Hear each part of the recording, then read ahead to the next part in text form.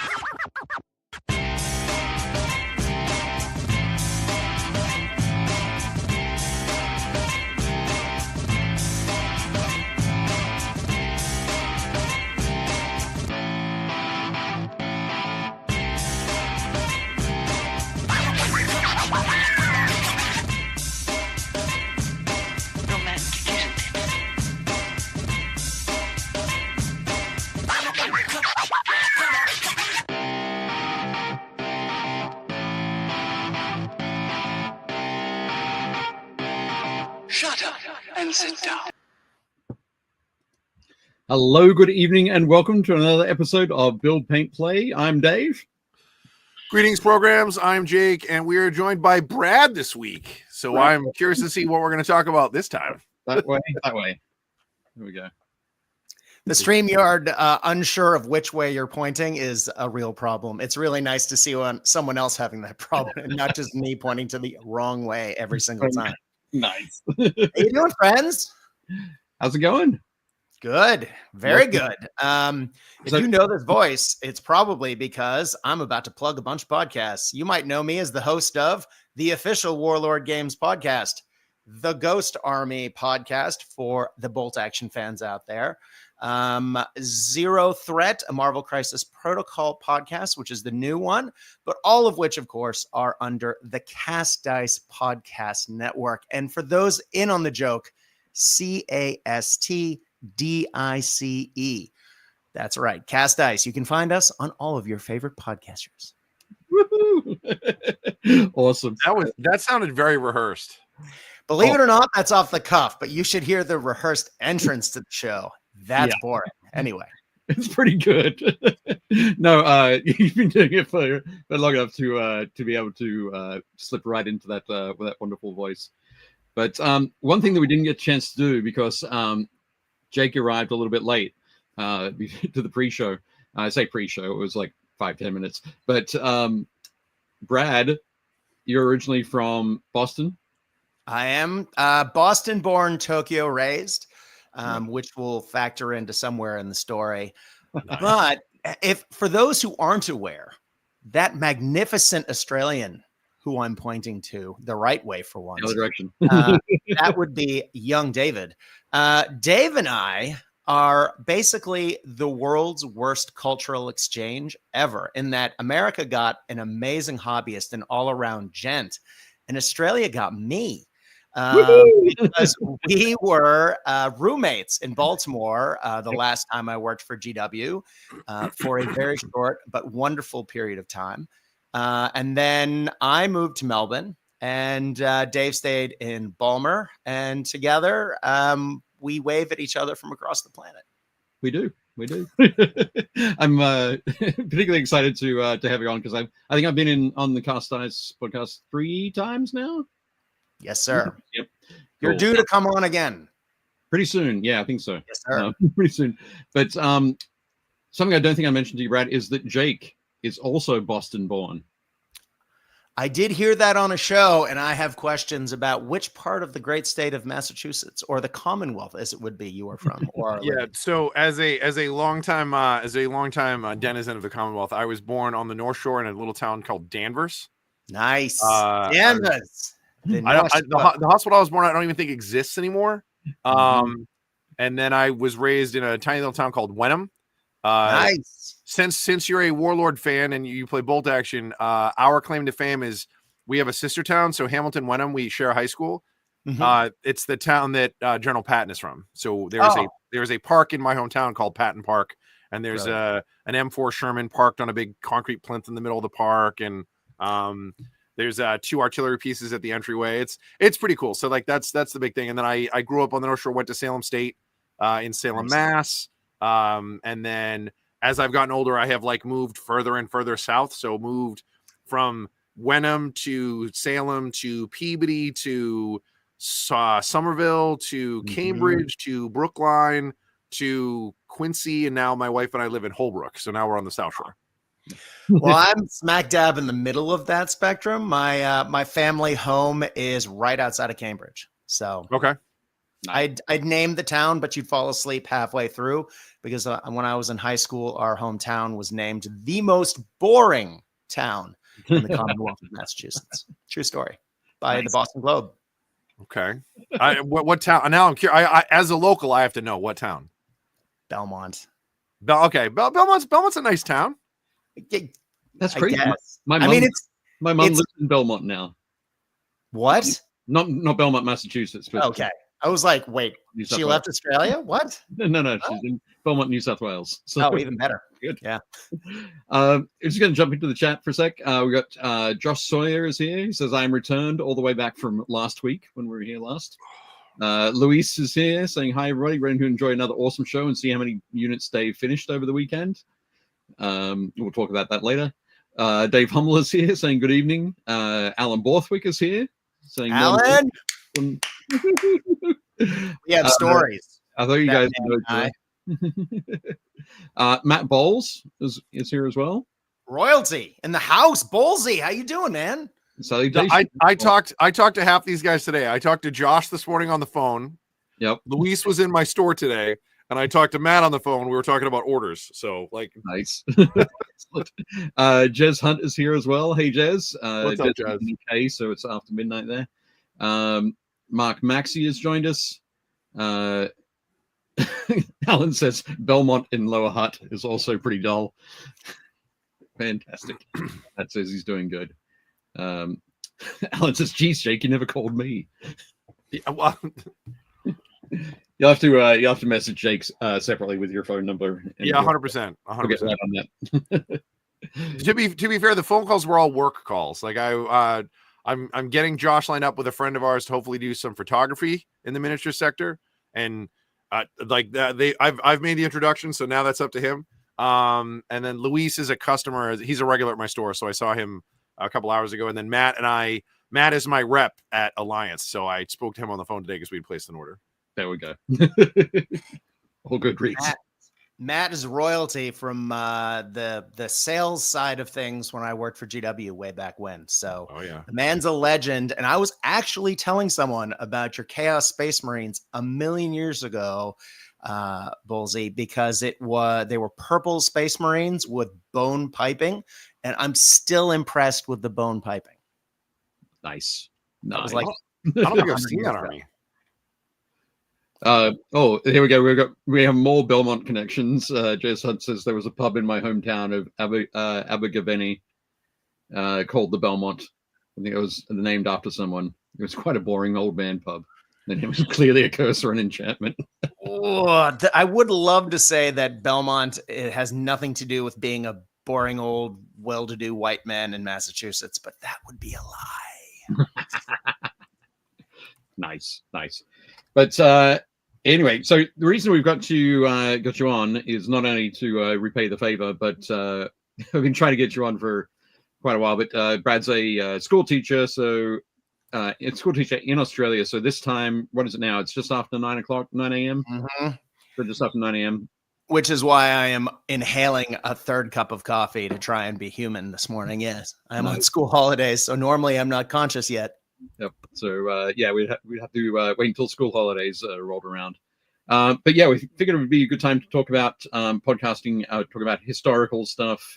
You're involved in a lot of bolt action gaming, and also a little bit of a primer. We're going to be chatting to some folks from AMG in the future, so a little bit of primer for MCP, because I know you love your Marvel Crisis Protocol. So Yeah, bit of everything. We're going to talk about all sorts of stuff. And what are you pointing at there?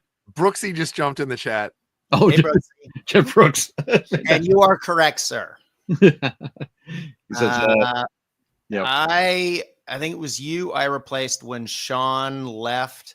So yeah, we should talk about, yeah, I worked for Trade twice. I think you were there the second time after I left to go to DC. But yeah. Yep. I weirdly replaced Ernie Diaz the first time I left.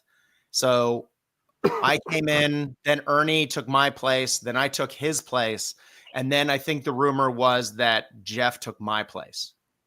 Right. So, Jeff, that is an illustrious spot in the old trade sales roster, not because of me, but entirely because of Senor Diaz. Rest in peace. Yeah, indeed. Cool. Fantastic. Jake, have you recovered from Adepticon yet? Dude, I'm still exhausted. I was chatting with Alan today, and Meredith from Turbo Dork, and we were all kind of talking, and we were doing a conference call, and I yawned, and Meredith was like, "Oh, thank God, I thought it was just me." And I was like, "What?" And she's like, "I'm still wiped out. Like, I don't know what's going on. Been going to bed early. I get up and I'm exhausted. It's bizarre. Like, normally it takes me maybe a day and I bounce back and I'm good. At this point, it's been like a week. It's been over a week now, and I got up today and I slept like 8 hours, and I got up today and I was like, I'm exhausted. I'm still tired. Like, I don't understand. I think I'm in a perpetual state of exhaustion, so it just feels normal for me now. I'm just hoping we didn't all like catch some weird version of like, COVID or mono or something that like we're just exhausted. Like, I don't have any symptoms. No. Alan has caught whatever his kids had now, so he clearly sounds all stuffed up and he's had a cough, but we're all exhausted. So yeah. Well, my colleague, my work colleague who was at Adepticon caught COVID, but we didn't didn't test positive until Wednesday, which means that 2 other people in our office got it. So basically today, for most of this week, it'll just be me and my boss in the office. Yeah. So handling everything. Thankfully, it's kind of quiet at the moment, but yeah. I didn't get it, so thumbs up for me, I guess. Yeah, there's nothing quite like the convention funk, or as it's sometimes called, both to refer to the smell, but also to refer to what you get afterward. But also primary school teaching, same difference. Yeah. So just saying, yeah, the number of times I've gotten some horrific plague from my students, I pretty much gave up trying to figure out where I get sick, because it's one of 2 places: gaming, children. Right. It's one of I'm never going to be well again. Yes. Yeah. It's not like you can avoid both. Yeah, exactly. I'm usually fortunate. I do not usually get sick. But yeah, and like I said, I don't feel sick. It's just wiped out, just exhausted. Well, this is a joke for Dave. You may not get this, Jake, because this is what the kids say down under, but it's because how many sharks do you own? It has been a while since I've been down under, so no, it's because you're fully sick, mate. Fully sick. Yeah. Fully sick. Excellent. Just quickly, in the chat, Carl Tuttle says, I'm trying to take Dave's place. So we're talking about the switching of chairs. We're trying to take Dave's place. I don't think so. Independent characters. The chair was obviously there a long time ago. All good. Alan says, still a bit jet lagged from Adepticon and have not shaken the cold I got on day 1. Jez says, oh, you have to battle him with swords, Carl. Oh no, I don't have a sword fight with Carl. I might be able to win a game there. That would be good. Mark Maxey says we're getting old. Yes, we are indeed, Mark. That's true. That's valid.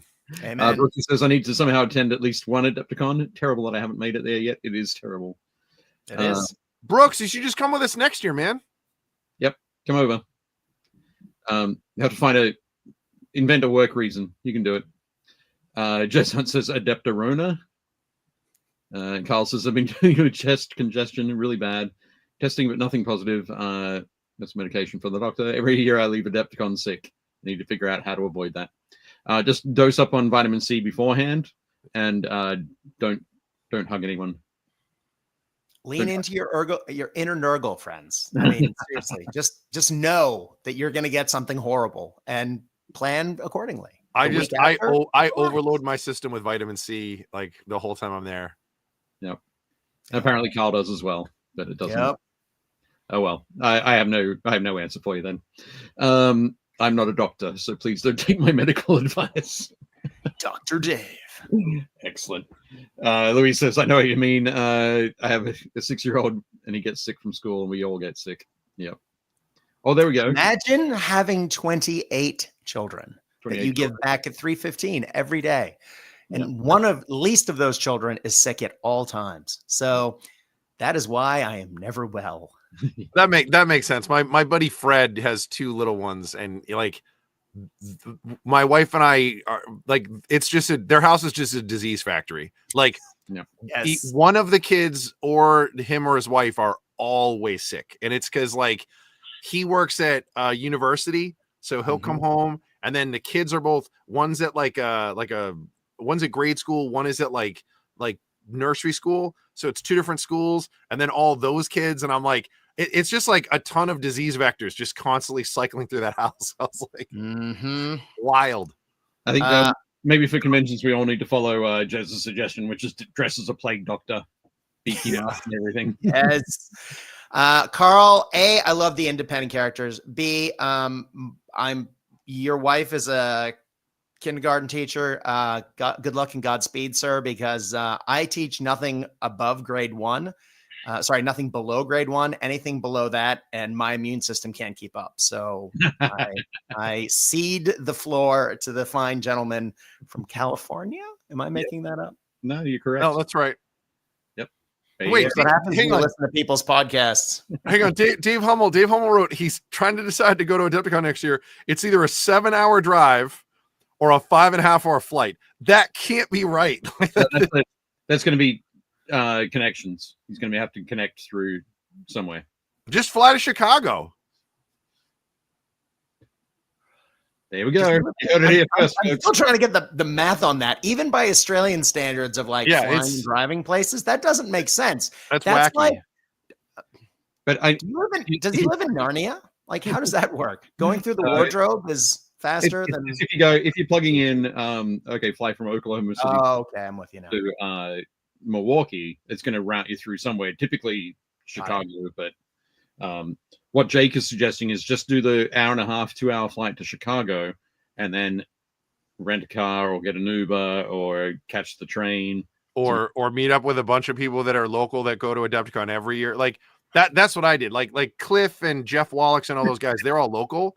But I mean my buddy Alan, who we were hanging out with all week, he lives in Chicago, so he was like, fly to Chicago. We'll just make a road trip. I was like, all right. He's like, I got to drive anyways. So getting flights to Chicago is easy because it's a hub. So I was like, cool. I flew to Chicago and then we just jumped in his car and drove. Yeah. There we go. There we go.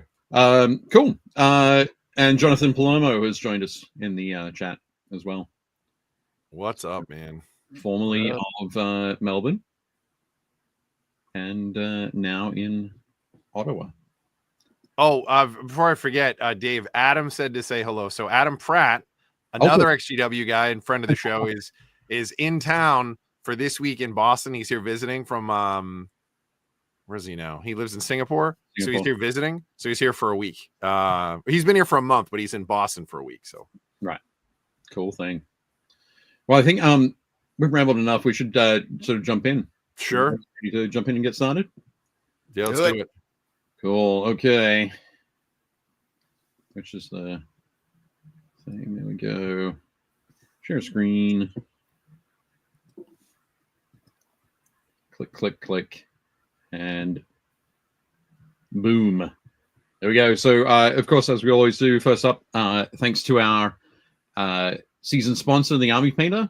I don't know if anybody has seen their little videos, their reels, with Thomas and team playing with some new types of toys. they're basically debuting some historical paints, and the tagline there is how it kind of makes history with wargaming industry's first ever historian approved miniature paints. So these paints have been authenticated by Dr. Stephen Bull. You recognize that name, Brad? I think he's written a bunch of books. I probably just showed just how deep my historical knowledge goes, which is embarrassing. But yeah. Well, it's just maybe not your historical knowledge. Maybe it's just your knowledge of Osprey books, which is a completely different thing. Well, I do own quite a few. So this is the World War II British set. Where's that? There we go. Yeah, there's three. So there's a British set, there's an American set, and there's a German set. There's the German set. And the American set. Brilliant. Nice. So I think these going up for pre-order soon, if they aren't up for pre-order already. But they have they all have a collection of, or basically a set of paints in there that are the same. So they have all have matte black, matte white, steel, which is a new metallic color. For them, brown tone, warm skin tone, military shade, black tone, and rust is the common thread through all of them. But then you have, or some of them have similar colors. So there's command red in the German and British, flag red in the American, rifle brown appears in all of them. Surprise, surprise.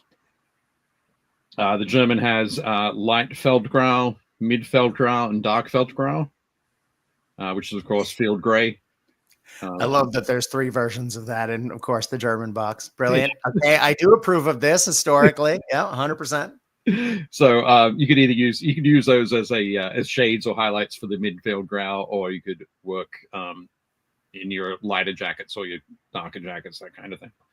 There's that fantastic photo that I always like to think about, is where there's, I don't know, 20 different jackets laid out that are all slightly different shades of green gray. Yep. So, but these are a great start. There's all sorts of stuff, and I've got these three, and we're going to work out how to give away these sets. So by the end of the show, we'll have worked out a thing that we need you to do to get a chance of winning those sets. I think that we should give them to the people who do the best. I think you'll find in the chat during the course of this. But of course, that means that you have to judge it, because I am certainly not going to be that guy who annoys the denizens of the internet. Plus, I think we would give it a week so people who watch it, like, we have a bunch of people who watch it live, but then we have a ton of people who watch it after the fact. So I would say, to be in the spirit of fairness, we would give people until next episode, and then Dave and I can go through the comments and pick one. So don't put them in the chat. Put them in afterwards. Come back to the video. Put them in the comments. And while you're doing that, make sure you like and subscribe. Hit the notification bell. But do that. So either I think you'll find, or an actually. Yeah. Either of those, followed by some. Yeah. See, Matt's already got it. Matt's like, actually. Actually, yeah. Either of those will be absolutely fine. It has to be followed by some historical fact about World War II. I would also take. So the thing about historicals is. Oh wow. Yeah, Jake will go there. Jake will do that. Oh yeah, we get all that stuff. Awesome. So we have that coming up. So now you know how to enter. We'll follow that back up at the end of the show as well. Awesome. Okay, so next up, of course, this is me plugging my stuff. So the Art of volumes 13 to 15, Kickstarter is launching in 2 weeks. 2 weeks from today, April 22nd. We have Vincent Venturella, Tim Marsh, and Natalia Orach, the next three artists who are going to be writing books. Super excited. I got to see all of them at Adepticon. Got to have breakfast with Tim and Natalia. Fantastic people, and I'm really looking forward to working with them. So there's a link in the notes below. Go and click on that. Follow through to the notify me on launch page, and we'll be there in 2 weeks. 2 weeks. 2 weeks. There you go, Scott. Not in the chat yet, but I have said 2 weeks.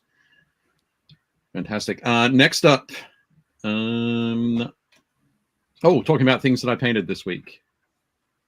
So I finished up painting on this guy. This is the Procurator Springer, who is the one of the miniatures that we're giving away as part of the 28 Collected Kickstarter, which wrapped up in February. Next Tuesday, we are wrapping up the Backer Kit pre-order store. If you pre-order, you get this STL as well. But super cool mini, very exciting. Let me switch back to this one, this view. Cool. It's on a 40 mil, right? Yeah, so it's basically on a 40 mil. He's a big floating guy, very much Baron Harkonnen inspired. But yeah, this is so the way that it's set up, this is how it prints, all as one piece. Oh, amazing. Which is absolutely wild that we can do this sort of things now. That's pretty cool. I say one piece. There's the separate base. Well, yeah. Otherwise, you wouldn't be able to paint the underside. It'd be impossible. Yeah. Yeah. I mean, do you really want to paint the underside of Baron Harkonnen? I mean, I'm not going to, but I don't want to touch it. But But anyway, that's one of the things I finished off painting. I think I started it in the Army Painter booth at Adepticon, but just really needed to sort of get home and get some more paint on there. But sorry, just noticed something in the chat. Alan said Dave has promised me volume 113 when he has finally run out of good painters. Oh, nice. I want volume 117. That's John the Master Chief, so I'll take that one. Right, nice. I want 213, please. Excellent. Nice. Yep. Stacking them all in. That's right. Next up, what else have I been painting? I painted up some of these Danger Gals from Cyberpunk Combat Zone. Great game. From my buddy Joey.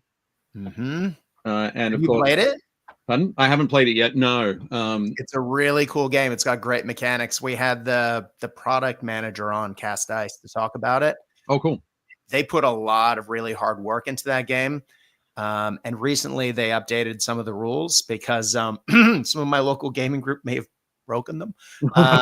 But it is a really fun game. It's got some fantastic mechanics as far as models start taking wounds, they get worse, and how you go about doing that is really clever. And then sort of gambling on which dice you use for different actions to make sure that things are successful, or what you can get away with being less successful with. Okay. It is a clever game. I'm a big fan. Was that Mac that you had on? Mac Martin? Yes. Excellent. Yeah, Mac's a great designer for sure. They have a really good relationship with Artel Sorian too. So like they've done a really good job of staying true to it, and they've taken some like cues from the actual some of the old combat rules for the game. Like they've sprinkled some of those in, so it feels familiar a bit. Well, I played a lot of the Cyberpunk video game, so in order to turn that around then and put it on the tabletop was just rad. Yeah, nice, excellent. So then next, I think we've got some photos of stuff that you've been working on, Brad. Oh, is that right? Oh, yes. So I've been playing a ton of Marvel Crisis Protocol. My friends and I have a group of 3 friends, not to be confusing at all, Dave, and Lee. And we have a podcast called Zero Threat because we are about zero threat on the tabletop. But we are learning to get better. And the whole point of the podcast is to spend the next 12 months getting better at Marvel Crisis Protocol. And at the end of last year, they put out a Monsters box. And yeah, they did. That box is amazing. Yeah, so good. But my problem is I'm old, right? And in the late 70s, early 80s, Marvel did the Tomb of Dracula comic series. And Dracula looked like Dracula, the cape, not handsome, big and scary. what all the 70s, 60s, 70s monster movies look like. Dracula looks like Christopher Lee in a suit. Thank you. The one that's in the MCP box is modern Marvel Dracula, and he looks a little bit something out of a Disney cartoon, as in the handsome hero. And I'm like, bro, that is not my Dracula. And so that's the new channel. # not my Dracula. Not my Dracula. Nah. But I was really excited. 18 months ago, Crooked Dice, as part of their 7TV range, did a feature pack in conjunction with Bram Stoker's family, put together a Dracula pack for 7TV. And they had all these fantastic models, and you can play out parts of the original novel. And the Dracula for that was amazing. And 2 months ago, I was lucky enough that they put the STLs for those miniatures on their My Mini Factory page under Crooked Dice Miniatures. And that Dracula is the one you see on the screen.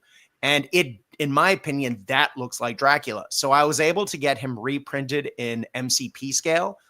So he's twice as big as the original 28 mil model, which is what I have printed on, like the original metal one is part of my collection behind me too. So I painted him up, and then he has specific rules around bleed, and I wanted to do a whole Marvel crew around that. And one character that works really well with his mechanics is Drax the Destroyer. And I had a Drax. So I painted Drax in like pale skin tones to look vampire-y, and I started calling him Draxula. So Dracula and Draxula went to my last event with me, and I had a blast. They're the only two of that crew that got finished, unfortunately. But I was using Venom and Bullseye and a couple of other people that fit the paint scheme. But yeah, I love painting up weird stuff. And I love adding bricks to Marvel bases because I guess consistency. Excellent. Jess says Crooked Dice did great minis, and 7TV is an awesome game. I think playing the 7TV fantasy rules this year. Excellent. My 7TV fantasy box is currently in the mail. Cannot wait. Speaking of Marvel, my podcast mate / long-suffering friend / long-suffering co-TO of many local events / neighbor, Lee Avery, is running a Marvel event over Easter here. And he needs terrain. So I'm currently painting up more Marvel terrain. So these are very large wrecked cars for the Marvel tabletop. Cool. The windows on those cars seem remarkably untouched. I know, right? Yeah, someone paid a lot of money for like high-end tinting. Yeah. Yes. The car sucks, but the tinting is phenomenal. I see Lee is in the chat. Lee, thank you very much, as always, for putting up with me. We played last night, and he soundly kicked the Christ out of my Brotherhood of Evil Mutants with his Asgardians. Nice. But yeah, those are for Lee's event coming up, and I'm currently painting a couple of other bits and pieces to go with that. Nice. But yeah, cool thing. Those are great. Yeah. One of the things we wanted to show off as well is we've got a couple of photos here of your a long-term project that you've been working on for Bold Action, but a wonderful comic book crossover. Thank you very much. That is a hell of a segue. As a child, G.I. Joe was my jam. The G.I. Joe is what got me into toy soldiers. And I know all these guys. Oh, yeah. You would. So, Brad, can we just I just want to see if Jake can name them all? Because well, you're looking at their backs. Like, wait, that's fine. I don't need to see them. I think I know who they are. So okay, hit me. Bottom left in the yellow, that's Doc. Yep. And then above him, that's Sergeant Slaughter, obviously. Absolutely. Yep. I think is that Zap?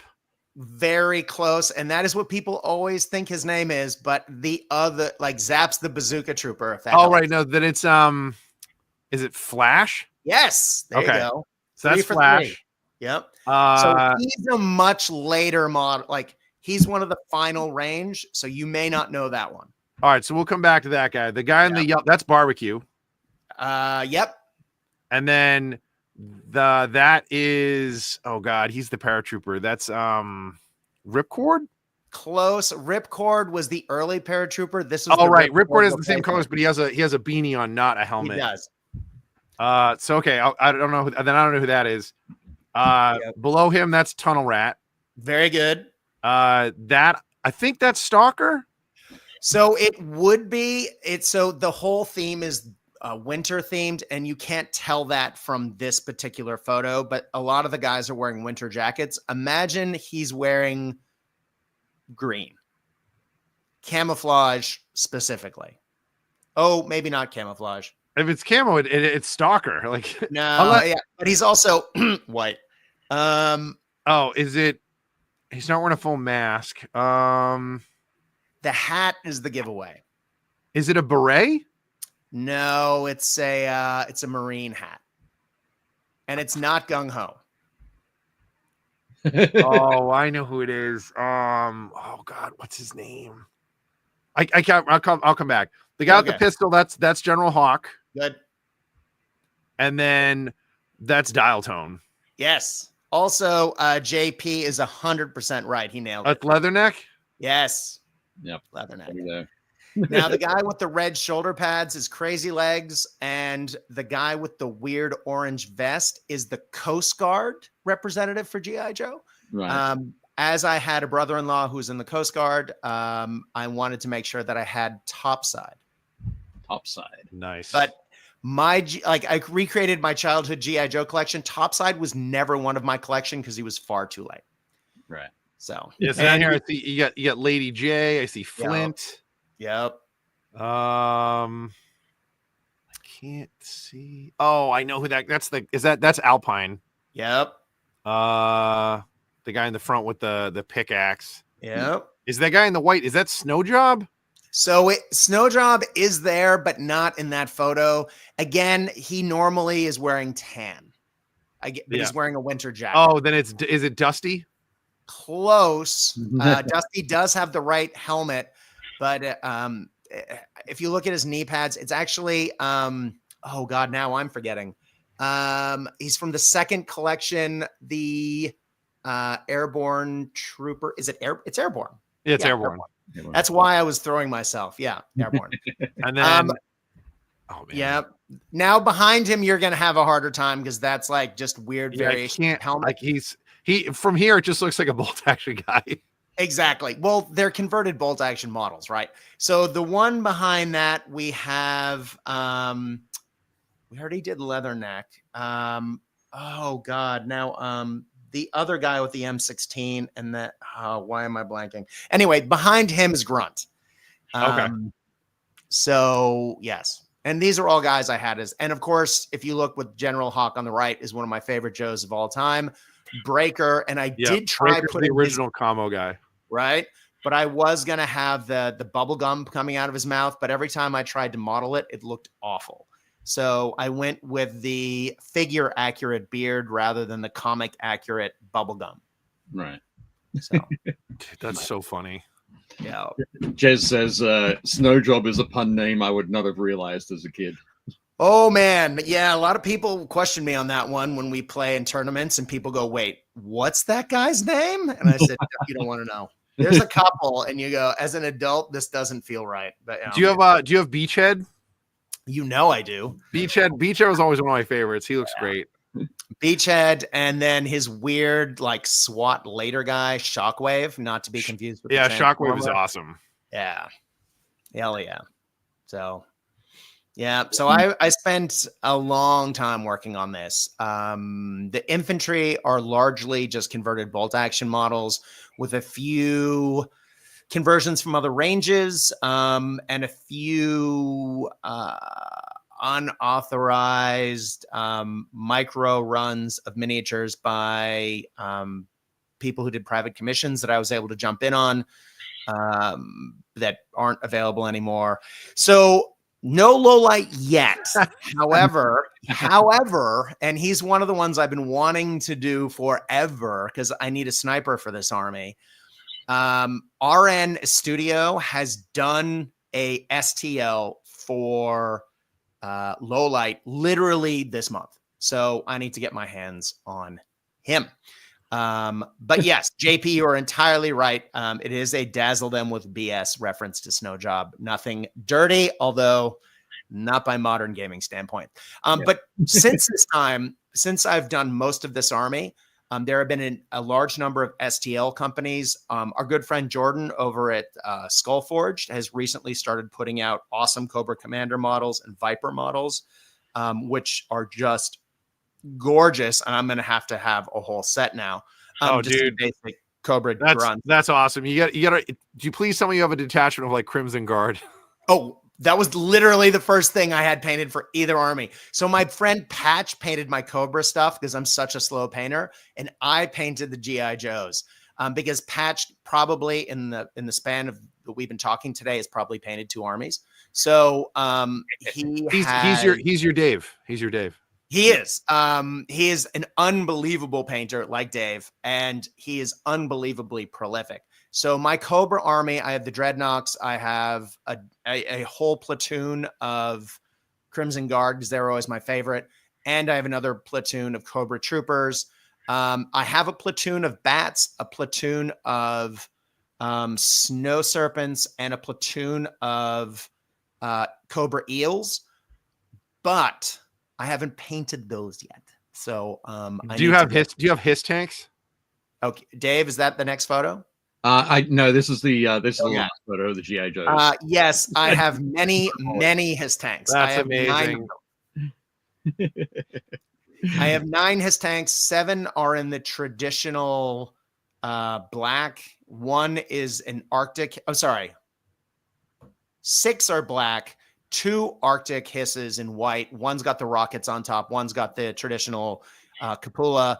And then I have the Crimson Hiss, which was the Crimson Guard variant in red, which was towing, the Cobra Hiss, like Sears exclusive repaint of the GI Joe MMS. Like I went down a really bizarre rabbit hole. That's awesome for me.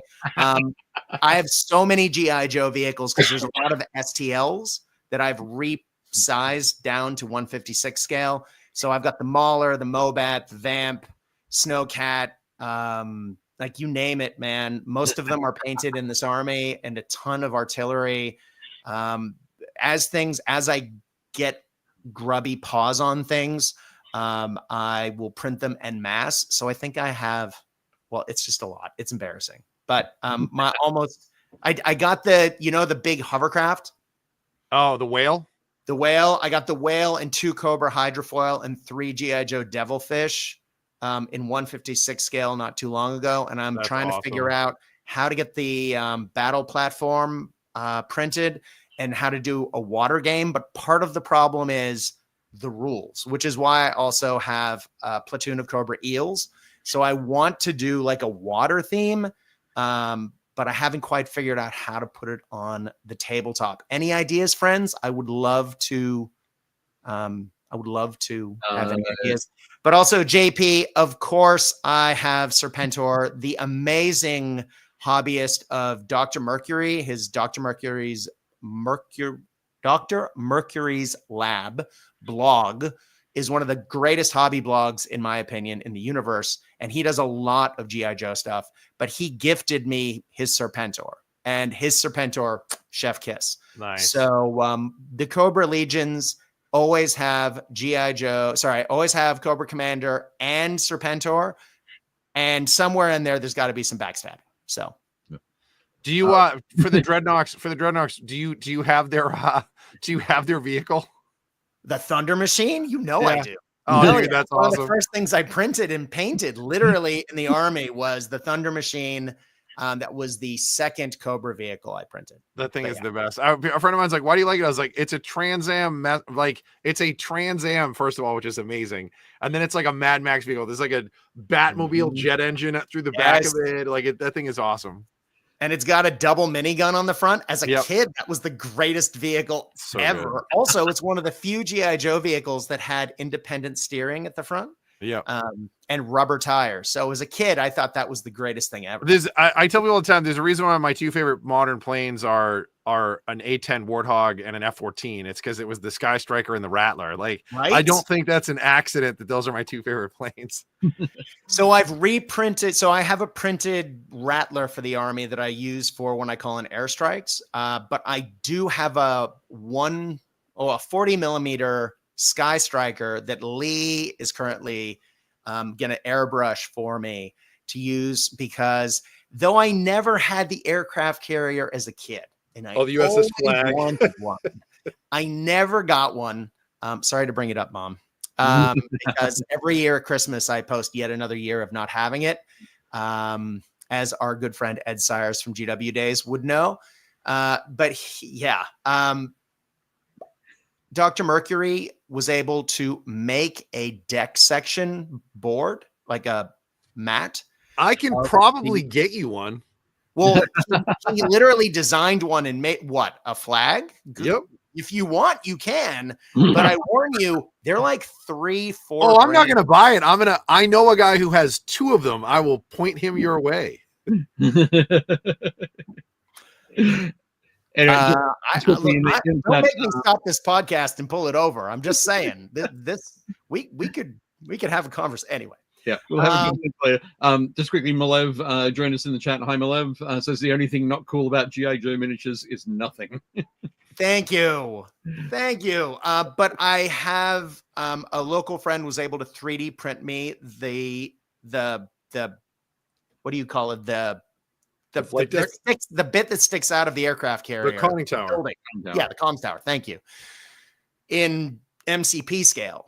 So I have printed and painted the fuel truck and a few G.I. Joe vehicles like the Sky Striker in Marvel scale, but also the comms tower. So as soon as the comms tower gets painted up, I get that done, and the Sky Striker, and get it all out. I have a Marvel board, which is the deck of the USS Flag, which I'm so excited to have. And if anyone says, I think you'll find that's not Marvel. Well, G.I. Joe comics, literally, yep. They talk about how Blade, the movie, saved Marvel because when Marvel was about to get the lights turned off, Blade was the money earner. Well, at one point, G.I. Joe comics kept the lights on at Marvel. So haters gonna hate. G.I. Joe's Marvel, come at me. Josh wants to know when you were painting your army in Tiger Force colors. So funny you say that. I literally got the Vamp to repaint in Tiger Force colors the other day. So I have a spare Vamp for that purpose, but I haven't done it yet. Awesome. Sorry, Dave. I can talk about G.I. Joe all day. You can. My brother and I owned so much. I should have thought about this before. My brother and I own so much of it. Yes. Let's jump into talking about. Well, I suppose like being able to talk about things all day is important for a podcast host, right? True. So what Dave put up was a picture of me wearing. We won't talk about the soccer team.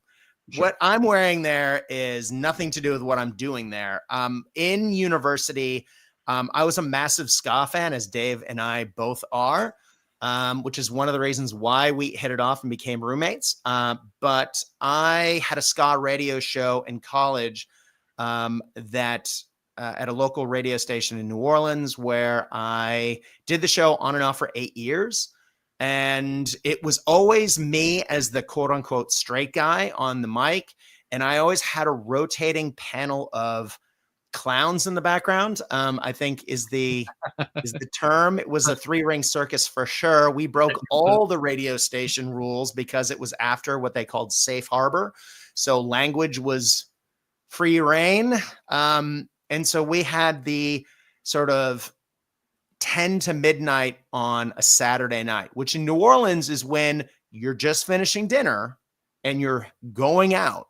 So we had an unbelievably high number of listeners, large number of listeners. And we kept that spot for a very long time. But that is where I cut my teeth, so to speak, on sitting there and filling time with my mouth. Anyway, that's where I started.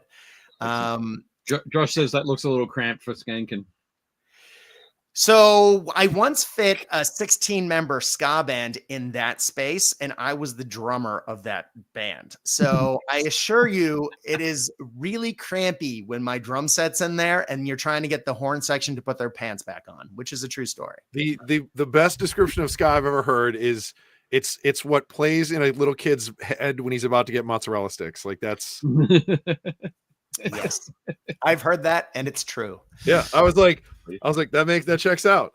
Yep. Well, if we go to what I think is Dave's second photo, I was hired out of the grand tournament circuit. I used to fly up from New Orleans to play in the Baltimore and then later Chicago grand tournaments. Never made it to LA, sadly. But I would chum around with the staff because I was coming up from so far away and I didn't know a lot of people there. I met, obviously, a lot of friends that I knew year after year after year after going. But I would always stay the night after because everyone else would drive away. But I was flying out and there was a few of us, like Dave Handy in particular. I'm trying to think who else. But a bunch of us would stay and play board games in the hotel bar because back then the GTs were always in a hotel. So we would play, Warhammer all weekend and be blind drunk the whole time. But then we'd try and sober up and play board games on the Sunday night. And it was always the staff that stuck around. And so that's where I met the legendary Dan Bartholomew, hung out with Sophie Candler, hung out with Jason Buyaki, who you can see here, who later became my roommate. And those friends encouraged me to apply for a job because they knew there was a job coming up, a mail order. I applied, I interviewed, and to quote John Matthews, the head of US sales, it was, and I quote, the worst interview he'd ever seen. I failed every single metric. It was just awful. And because a year after working for him, I was like, yeah, I was always surprised you hired me because I thought that interview was terrible. And he went, it was actually the worst. Like the only people who did worse in interviews were the ones that we asked to leave the building immediately. And I went, well, why did you hire me? And the story went that the end of it, he said, because he was standing in the back with his arms crossed playing grumpiest cop because there was already bad cop and worse cop and he was grumpiest cop in the back. He had one of them, Dan Spreitzer, say, the old tell us a joke. And apparently, as the story goes, I said, without blinking, a man walks into a bar and I blinked twice, waiting for comedic timing, I guess, and then said, ouch. And nobody laughed. And I mean, that was so awkward. That interview was terrible. And John later said that was what got me hired. Right. He said, clearly, because the promo guy said I was good value and that I could talk all day. Yeah. And he said, he can think on his feet. We can teach him everything else. And I was almost fired several times in my first 5 weeks of sales because I made like 50 cents total. But then the penny dropped and I started doing better. And I eventually was not bad at it. And I had a really good time at it. But it was my time at Games Workshop, particularly on the phones, that I would say that between radio and then later my phone time, it turned me into the podcaster that I am today. And I probably wouldn't be half as good a teacher at primary school level if I hadn't worked in trade sales multiple years, multiple times. So excellent. That's yeah. great. So this would have been 98, 99. I believe that was 99. But I also came back so between my stints of 2 years working in trade sales, I worked 2 years and 2 years. I was an outrider. I went back to New Orleans, and John Matthews used me as the secret staff. And because I still had all my polos, he would send me into independent retailers in the South who never expected a Games Workshop employee to show up. So I had my I always had my flight jacket on, zipped up, and would, walk in, look at the store, watch the store owner, and I'm not bemoaning your friendly local game store owners. I'm not. I get it. Love all my local friendly game stores. But in the South, in the early O's, there was a thing about people not cleaning their stores, and it was bad. Not the case in New England, not disparaging. I mean, Danger Planet Games was the high benchmark for gaming in the great state of Massachusetts, and Squabble and Goblin, who I've been up to see recently, do some great stuff. So that aside, I would walk into some of these stores and do stock checks, and then I would walk up to the counter and they would say, so, can we get you anything or something? Eventually they grunt at you, and I'd unzip the jacket and take it off and say, hello, my name is Brad. I'm a representative of Games Workshop Trade Sales. John Matthews has sent me to have a conversation about your stock levels and your cleanliness today. And they would go, oh my God, like you just pure horror on their faces. And John would just comp my Outrider comp a little bit higher, and I did it out of, I guess, perverse joy. So eventually he brought me back on staff. But that's how I got back for Games Workshop a second time, and that's where I met the great Dave Taylor. And also me. But yeah, and for a period of, it was probably like 6 months, we were roommates. That's right. Brad didn't spend a lot of time in the house, so it was really we do joke that it was really I was his I would look after his stuff, and I appreciate that. I was his storage room. To be fair, it was right before I got married, so I was spending a lot of time with my fiance. Yeah, absolutely. And it was between your bachelor party and wedding that I actually met my wife. That's right. The night in between those two. So there we go. And do you remember what you gave me for a wedding present? One of the crown jewels of my collection. A painted Squiggoth. Is it Helvis? Yes. Right. Nice. Helvis. So it was the old Games Workshop metal Demon Prince model, but Dave put Elvis's quiff on it and Elvis's famous sunglasses, and put a Noise Marine grill on his front, Nice. and the old Taking Care of Business lightning bolt on his shoulder pad. It is gorgeous. And I still have the Sons of Helvis Noise Marines to this day, even though I haven't played 40K in forever, but they have appeared on many tabletops with many miniature agnostic games since. Excellent. Yeah. It was painted white with gold trim. Hell yeah, it was. Absolutely. Awesome. I'm glad I remembered that. For a second there, I was like, was it something else? Did I forget? Well, you also got us a lovely assortment of cooking oils that, yeah. Nice. I was like, wow, like above and beyond. A his and a hers gift. Amazing. Things. That's good. Excellent. Moving on. So I don't get to Adepticon. Yeah. But what I do get to is CanCon. And CanCon is Australia's largest game convention. That is just one of the halls. It is big. It is amazing. And we do have a ton of great games. And particularly as my role, I was part of a group that a long time ago did a lot of podcasting called, it went under a lot of names. It started with Bolt Action Radio, became boltaction.net, which was a fan-run group, largely of podcasters, but also of other content that added stuff to the game Bolt Action. One of the things we did was come up with a mission pack because we love the game Bolt Action. We adore it. We play it to death. But in the basic rules, the version 1 rules are only 6 scenarios. So after you've played those the first 100 whatever times, you're ready for something else.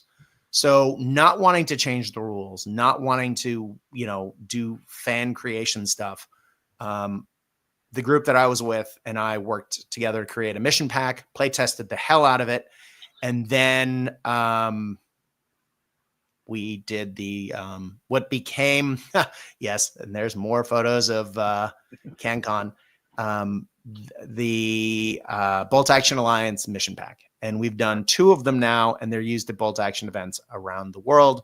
But Brian Cook, one of the authors of the Fortress Budapest book, for example, for Bolt Action, but also former White Dwarf editor for Australia, Dave knows, is part of the Bolt Action Alliance. So is Patch, who I mentioned earlier, and our good friends Seamus and Casey from Chicago and Texas, respectively.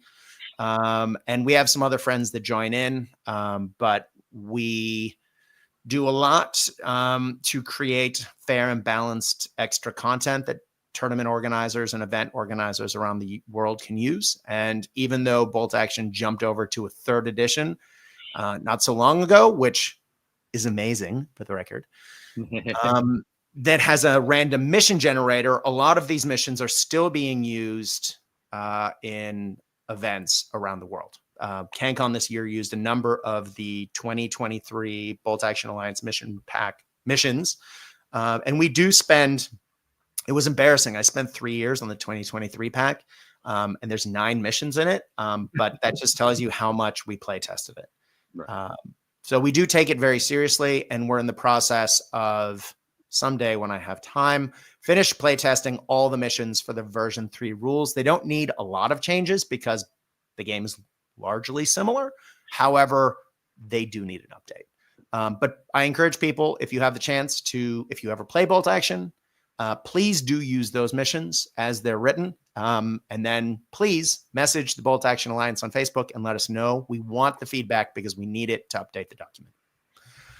Cool. So, but I guess, Dave, one of the reasons you wanted to have me on, just besides talking about me being silly, that is my long-suffering friend and co-tournament organizer, Lee.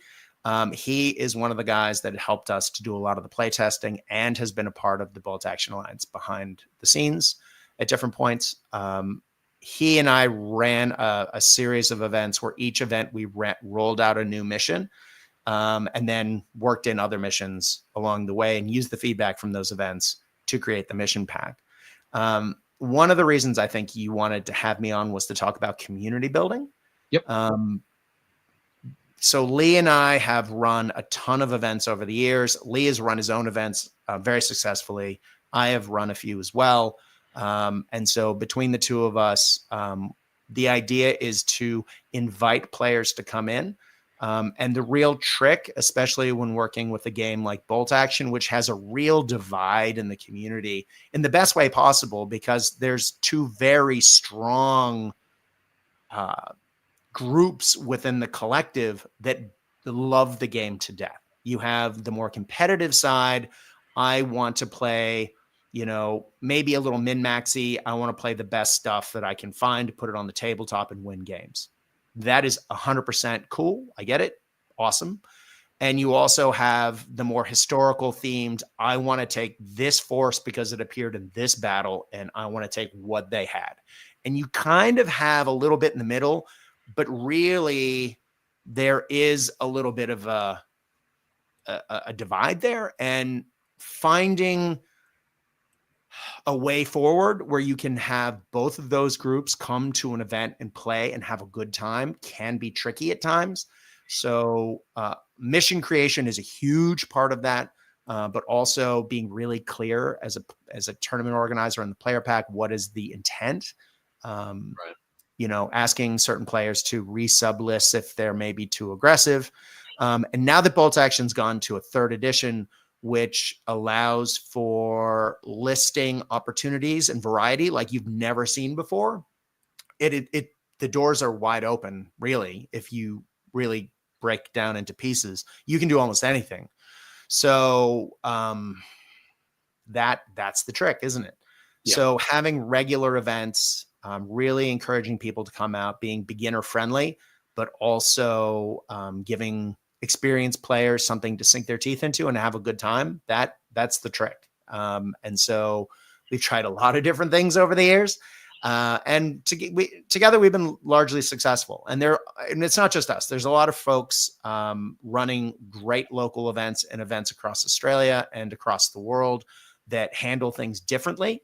And that's one of the things we love to do on the Warlord Games official podcast and to do on Cast Dice or on the Ghost Army podcast, is to talk to these people and talk about what it is that they're bringing together. Yeah. Because we are in an international community in a way, not just for Bolt Action, but in general, for any game system that we've never been in previously, thanks to social media. And so how communities interact, besides the Scots just yelling that you're soft no matter what you do, is, well, it's something you got to learn to deal with. So, yeah. I think something you said at the start of that was something I think is incredibly important, particularly for anybody putting together an event, is being clear about the intent. What's the intent of the event? So at that point, people can look at that, they can read the intent, and they can make their own decision as to whether they want to be there as part of that, or if this is not for them.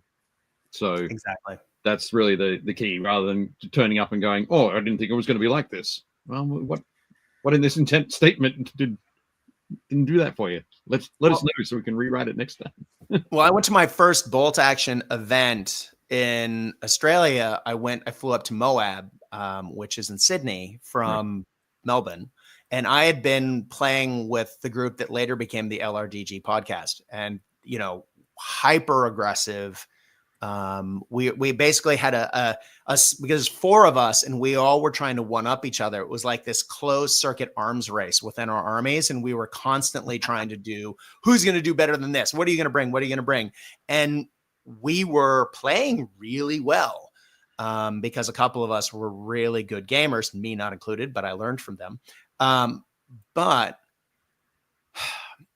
once I got to Moab, there was no intent statement by the TO or any idea of what it is that you were bringing. So I showed up and my list was way more aggressive than anything else that was there. And I felt like a jerk for most of the event. And that had never been my intent. So I think it's really important remembering that, to always have a statement at the beginning of every tournament pack, regardless of whether or not it's for Bolt Action or not. This is what the purpose of this event is. And then to back that up with little statements throughout, depending on, is it the listing section? Is it the mission section, that break that down? So people not only get the intent at the start, as they look through, they go, oh yes, this is because of this. This is because of this. So I think one of the biggest things you can do as a tournament organizer is to really have a well-written, clear tournament pack, and having a friend read over it to make sure it's English and that intent is clear is crucial. And that's one of the amazing things that Lee does as a fantastic analytical thinker, is he will look at my stuff and go, is that really what you meant there? And he'd go, nope, and changing it. So excellent. I noticed in the chat, Alan said tickets for our annual convention went on sale Monday morning, and we were nearly a quarter full, and it's not until August. Clear communications leading up to the Monday has helped make sure people know what's expected. There we go. And of course, Carl says, no one will read your tournament pack anyway. Well, I do make fun of those people on the day, Carl. I find that naming and shaming these people enough times, because they'll ask you dumb questions and then you can clearly point them out and laugh at them. That really goes a long way. And I am embarrassingly wearing the T-shirt that I am wearing the T-shirt a lot, it seems. But yeah, going and then playing in other local events that other TOs have run is also really important. Now, Matthew has asked, will I be doing anything with the 15mm bolt action that's coming? I'm not saying anything. That's not me saying I am smiling. In the business, we call that a soft yes. So no, to be fair, and let me be clear, because I got so used to that with 3rd edition coming out. No, I'm not, for the record. I was a 3rd ed playtester at the beginning. I stepped out of it because playtesting new stuff and then trying to remember old stuff to podcast about was hurting my attention deficit disorder brain. I couldn't keep the two separate, especially since the playtest went over 2 years. And at that point, my brain would have been mush. So, yeah, no. I have nothing to do with that. I am the social media wing of things. And that's it. Nice. To touch on what you were talking about with the tournaments and making sure that everybody kind of, gets what they're hoping for out of a tournament. And like Carl they just ran their, the 40K flex at Adepticon, and Ben and I both played a bunch of Heresy events, and Dave got a bunch of games in. Phil and I were talking about this a lot, and part of the reason I think Phil and I vibe so much is that Phil and I want the same things out of our games, which is I want to show up, I want to have fun, I want to make sure that my opponent is having a good time, and yeah, I want to move my armies around and make sure that they look cool, but like I'm basically there so we can like hang out and have fun. Like my competitive days are behind me. Like I don't need to do that anymore. But then Carl is also correct in that a lot of people don't read the rules. Dave, I don't know if Ben came in today and he was like, I have something I want to tell you. And I was like, okay. He goes, he said he was gonna message you or he was thinking about messaging you, but he was like, so he goes, it really bugged me that you played that guy in Horus Heresy with his demons. And I was like, okay. And he's like, so I went back and I read it, and he goes, it sounds to me like a bunch of the guys that played in the Horus Heresy events, and I'm sure other events, not only did they not read the intent of the Firex event, which is supposed to be for fun, he goes, the people that were playing it also didn't read the Zone Mortalis rules from Games Workshop. And I was like, what do you mean? And he was like, the kid that you played can't use demons. And I went, what do you mean? He goes, so we talked about before, it wasn't a friendly choice to bring them because it was something that was a little bit it was a little bit outside. It was a little too salty. He's like, he probably should not have brought them.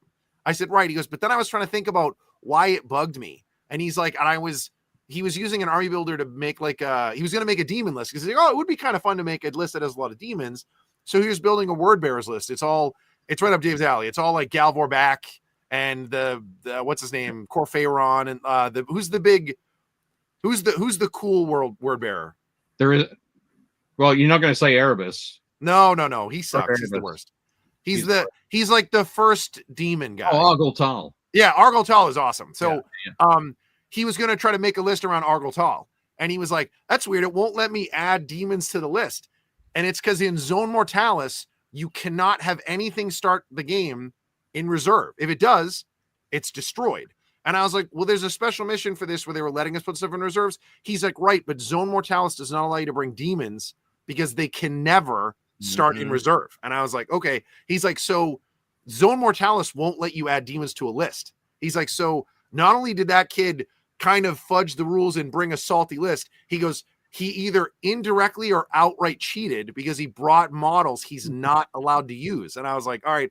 So Ben was like, yeah, he's like, it was really bugging me. And I was like, thanks, man. Now I feel less bad about like losing that game. I mean, again, my team won, but I was like, wow, like I really like was outplayed by this one unit. I didn't know how to deal with it. And Ben's like, you shouldn't have had to deal with it. You can't bring it. I was like, okay, so but it's the same kind of thing. Like we're all cut from the same cloth. Like we all want to have fun and push stuff around. And I would 100% take a 4-hour game of Dave and I where it's a slog and Dave wins, then me sit down and move my cool dudes around and I table some poor kid in an hour. Like that's not fun. Like I don't want to do that. Like I don't want that done to me. I don't want that to do that to anybody else.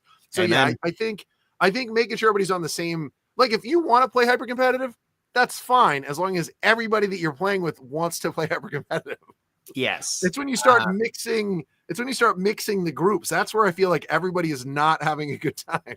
Right. And that's the real challenge. Ballsy nailed it for me when he said laughs permitted at the table really matters. And amen to that. Like that is exactly what I'm talking about. We're lucky to have a really rich wargaming culture down in Australia. If you wargamers per capita, Australia may be one of the highest. New Zealand is probably up there too. Has nothing to do with the fact that there's like 25 Australians across like 3 cities in this great country that is the size of the domestic US. But we have huge numbers of people to come out to play huge numbers of games. So being able to find other gamers and then lure them over with cookies and cool game systems to play the thing that you're interested in is really important. So, but yeah, Absolutely. could not agree more. Finding like-minded friends to enjoy games with. Amen. One of the things I realized, just as a segue, that I realized by looking through all of your photos, I apparently am now taking the same sort of photos. Some pointing at something, silly look on my face. That is a vintage Dave. Like that is. Yeah. When if Dave isn't looking weird in the photo, is it really a photo that Dave took? Right? Or is it AI generated? Yeah. The funny part is when you drop photos into PowerPoint gives you the sort of the AI generated text of what is in the photo, kind of thing. And the description for this photo was man making silly face with finger. Wow. That would be a large number of the photos that I take for events. As a child, I always did the old chin hold, look up thoughtfully photo, to the point where when I got married to my beautiful Scottish wife, Kirsten, 9 years ago, we've been together 12. We had everyone at the wedding do that in a photo. Nice. And then eventually I was told I need to grow up and I need to stop doing that. And as I was over 40, I kind of listened. But for social media stuff, for events, I refused to be an adult and take a sensible photo. So yes, the point and silly face is a special that I've been doing for quite a long time. Now that other wargamers here do it.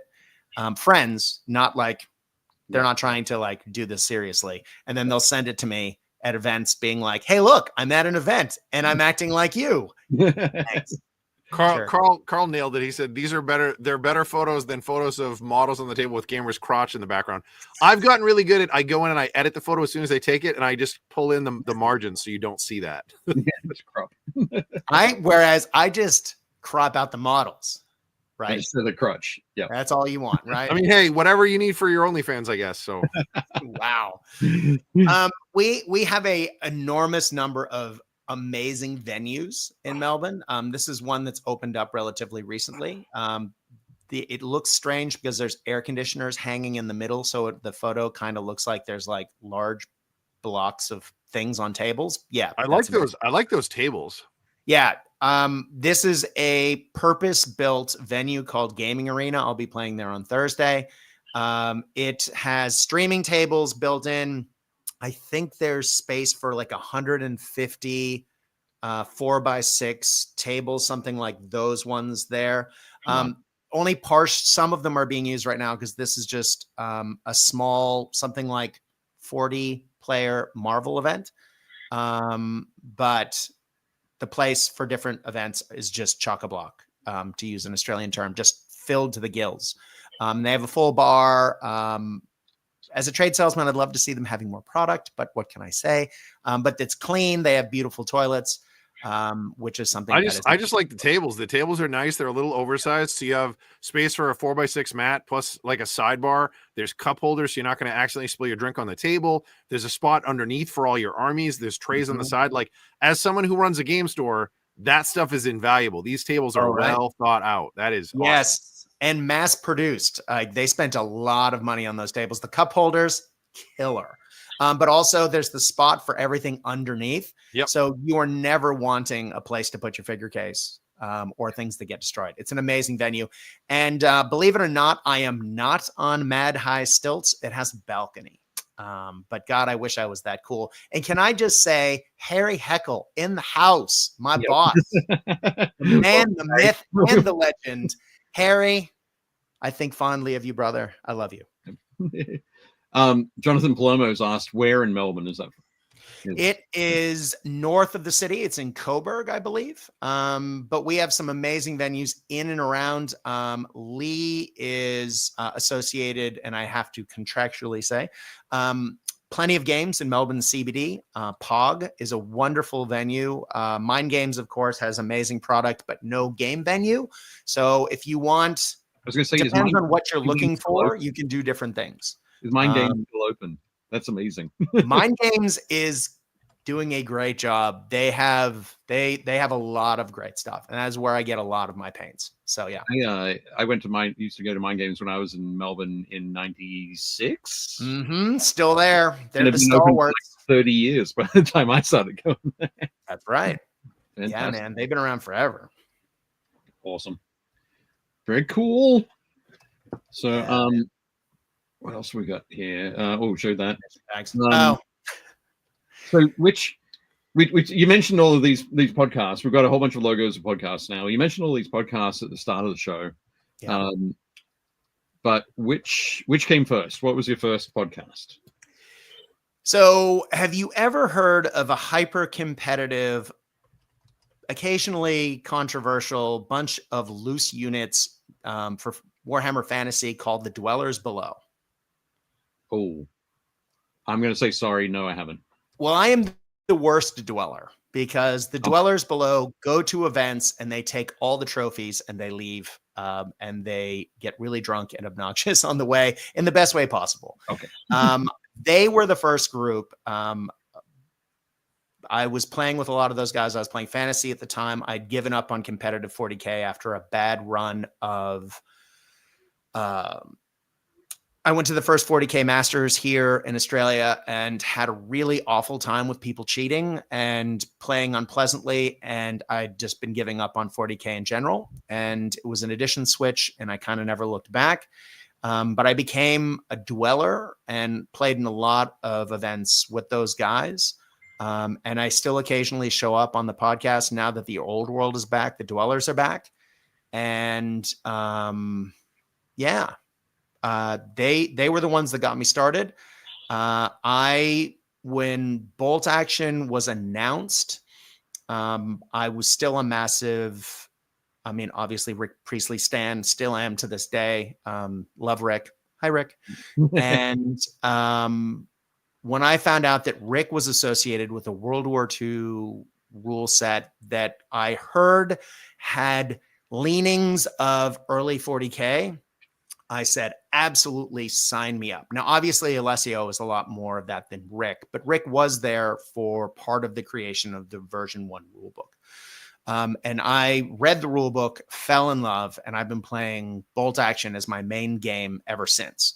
But that got me talking with some of the Dwellers guys, Dave of War in particular.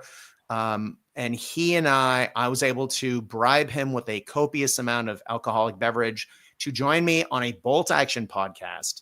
And we got our other friend Lachlan, the Mouth of Madness, together, and we became the LRDG. Warlord Tobu came on shortly thereafter.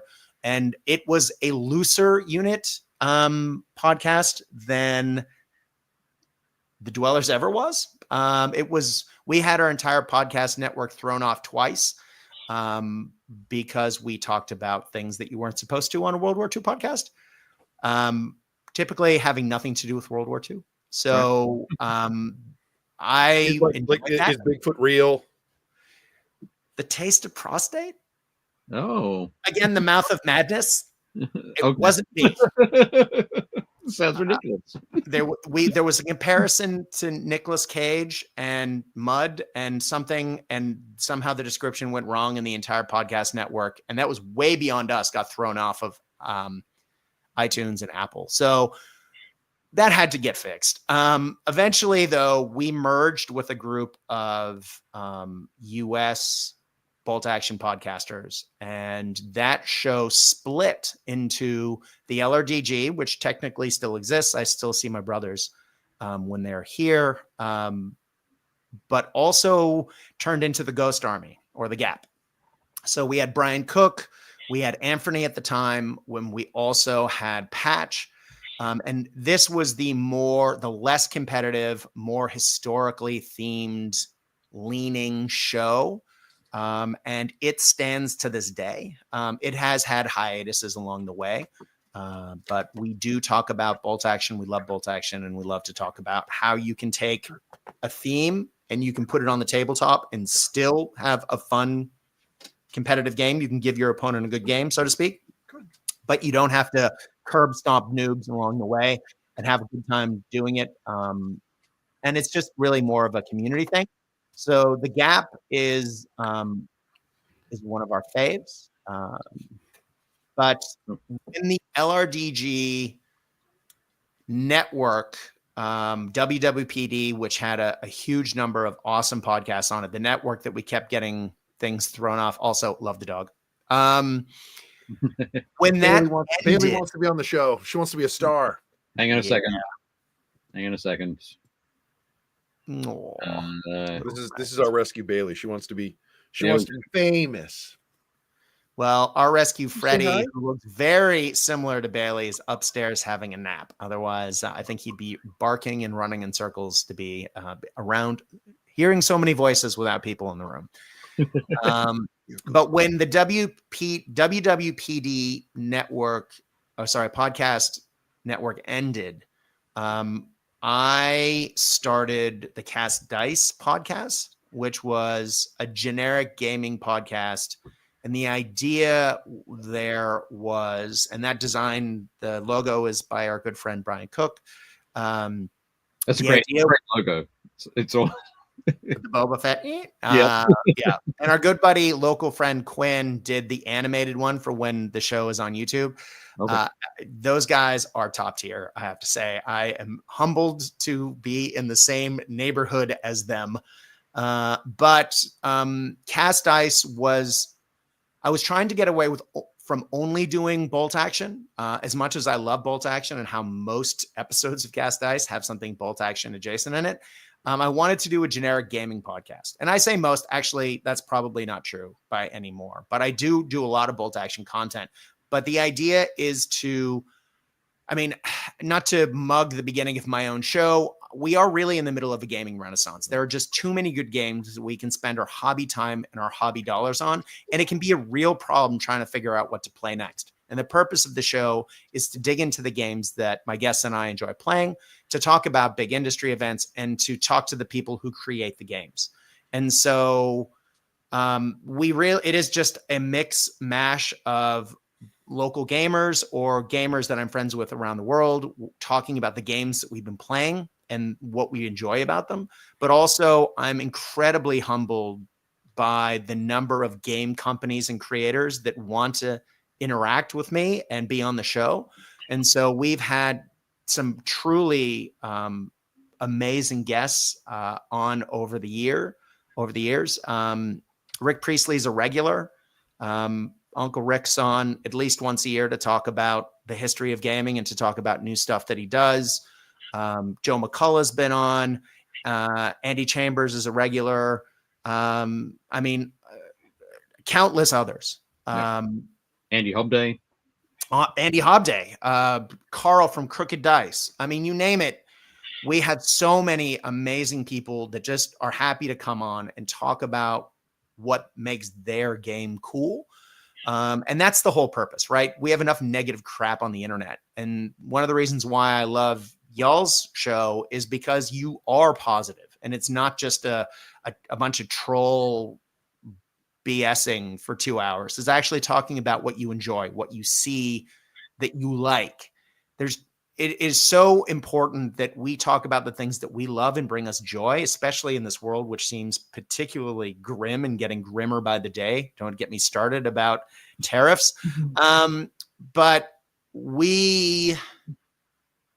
So that's the purpose of the show, is to talk to the people who create the games, to talk to people who enjoy the games. And when big things happen, to talk about them. But if I'm occasionally accused, particularly because I am the host of the official Warlord Game podcast. Like, I do the Warlord show. I occasionally get accused of being a mug or a shill for the company or for different companies that whose stuff I talk about. I am not sponsored by anyone. I guess technically Warlord a little bit because I do their show. But if I don't talk about something, it's because I don't like it. If I'm talking about it, It's really simple. It's because I think it's cool and I'm a fan of it. So you're gonna get a glow up no matter what if you're on my show, because I think you're rad. And so, yeah. Cool. No, that's awesome. I think I've been listening to the Cast Dice podcast for a long time now. First of all, I'm sorry, but yes, continue. Yeah. I put it on myself. Like, I'm aware of your intent, so it's my choice, right? But yeah, it is that positivity, and obviously your excitement and your enthusiasm is key to that. But I'm also one of the reasons I want to send some people your way is that your interviewing skills are amazing as well. So I'm always in awe of those. So definitely, folks, check out the Cast Dice podcast for even more fun positivity. Brad, I think we agree. I mean, Dave and I, we've said this before. Dave and I went into this being like, let's just talk about stuff we like. And if it was just me and Dave, cool. Like, I mean, we didn't. Yep. I was like, what? So Dave and I are going to spend some time talking every week. That sounds great. If other people want to listen and they like it, awesome. And we've been really fortunate that I think that level of positivity, like David's talking about in the comments, like we don't really have trolls. We have fun trolls. And I was like, we have gremlins. We don't have trolls. They're not the same. Like, I think gremlins are mischief folks who want to show up and like kind of poke around and like, that's fine. Trolls are just people that are just, they're full of vitriol and hatred, and like people don't want to talk to them, and like they, you know what I mean, like they don't have any real power in the real world, so they take it out on everybody else online. And I think that the reason we don't attract those people is because like that's not the vibe. Like it's not what we do here. Like you're not gonna have any traction. There's nothing to grab onto because we're all here talking about stuff we like and having a good time. And if you want to come in here and be upset about that, like cool, I guess. Like, I mean, you know what I mean? Like, what are we doing? But I'm with you in terms of the sponsorship stuff too. We've talked about this at length. Like I had one friend of mine was like, well, you recommend that stuff because you and Dave are sponsored by the Army Painter. And I was like, I'm recommending that stuff to you because I use it. Like, yes, we've had people offer to sponsor the show, and Dave and I have talked about it. And if it's not something that we use or that we like, or that we would try and see if we like, I'm not gonna like, I don't need you. Like, we don't need you to sponsor us. Like, the sponsorship just makes it easier for Dave and I to do more stuff, or you or anybody. You know, Dave and I aren't paying our bills with the sponsorship money, despite Gonzo's interview where he's talking about how he makes millions doing sponsorship stuff. Obviously he's making millions in rubles or something. I don't know what his exchange rate is, but yeah, it's just, it's a bunch of people having a good time, talking about things that they find to lead to a good time. And that's it. And if you like those things too, awesome. Like, come along. Like, let's talk about it. If you don't like it, adios. There's a million and one other things to go check out. Like, so definitely. Cool. The next logo I've got here. So this is a new show. This is a 2025 show. It is, as I said, it's my buddy Dave Atkins, who was the president of the game club that adopted me when I moved to Melbourne. We've been friends for a long time. He is also a recovering 40K competitive player, but also a rad individual and someone who really digs into games at the most basic level and then digs deep. I'm really impressed at the way he thinks about things. My buddy Dave Hunsdale, who is relatively new to tabletop gaming, but has been a board gamer forever.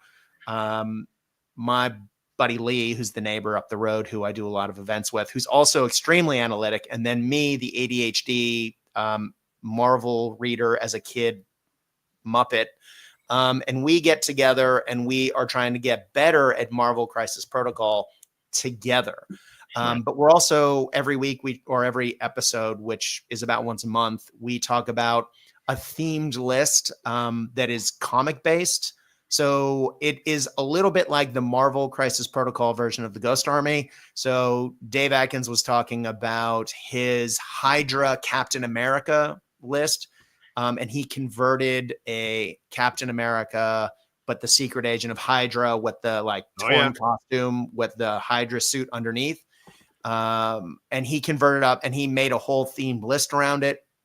And so we talk about that. We talk about different terrain options on the table. So you're not just playing on the same cityscape every single game, different things like that. Different comics we've enjoyed. So, you know, our takeaways from our games, how we're trying to get better, but also, you know, how you can play fun thematic games, because we all love Marvel, but we all come at it from different angles. Lee is a bigger fan of the MCU and the TV series than I am, and I'm a fan, but he's a bigger fan. Meanwhile, for example, I'm a massive fan of the 90s comics, and Dave Atkins is a fan of the comics, the more recent ones. So between all of us, we kind of throw different links to each other in private chats to read and to get ready for different episodes. And so, yeah, we're going from there. And we're having a really good time doing it. It's a super fun game. We're kind of in a really good spot for Marvel. Like you've got Marvel Crisis Protocol, you've got Marvel Champions, which is a super fun card game. You've got Marvel United, which is a great board game. We've showed off so many of those models on our show. So good. And we talked about a couple weeks ago. There's a guy who put out a conversion so you can play Marvel Crisis Protocol with Marvel United models, which is amazing. It's phenomenal. And then now you've got there's Matt Forbeck's Marvel 616, the role-playing system. That's all Marvel. That's super cool. You can make your own guys. The system's great. So yeah, it's like, hey, do you like comics? Well, boy, are you in luck. Like there's tons of stuff. If you like Marvel, even better. But if you just like comics, there's also, you know, you got Hellboy, and there's like, I mean, there's a ton of stuff that's comics related.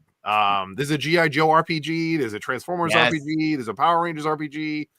So, and I'm not saying that the Turtles just got a set of great models over on Crooked Dice, but the Foot Clan is definitely there, and Krang and the mutants and all that. So if you're looking to put, you know, no matter what your particular flavor, there is something out there for you for comics. 100%. Crisis Protocol is probably one of the most popular skirmish games in our area. Like every Sunday, our part-timer Andre works on Sundays, and he is obsessed. He owns everything. Every time a new release comes out, he's always like, hey, make sure you put me down for one of each of them. Like, yep, I got you. Like he's running a tournament. Like, so it's a super, super fun system. When you were saying the Asgardians earlier, I was like, yeah, Andre runs them. He runs Jane Foster Thor. He runs like Thor in the Thunderstrike outfit.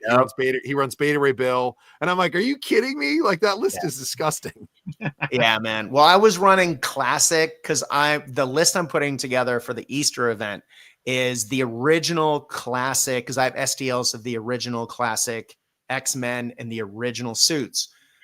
So Cyclops, Marvel Girl, Iceman, Angel, Beast, like original black and yellow suits. Yep. Nice. And so a friend of mine is painting those for me because I'm painfully slow. But then I'm using, as the flip side of that, because you have to pick 10 characters, I also have Magneto, Toad, the Blob, Quicksilver, and Scarlet Witch, who were from the first 12 issues of the original X-Men comic way back when as the villains. And I'm kind of doing a versus display board, and I'm going to put them down. Obviously, I'm not going to be in it for Best Painted because Andy Singleton from Volley Fire Painting has painted up most of the Brotherhood models for me. The only model I will have painted out of the 10 is Blob, because I've been working on the Freedom Force version of the Brotherhood. But Blob is an original X-Men villain.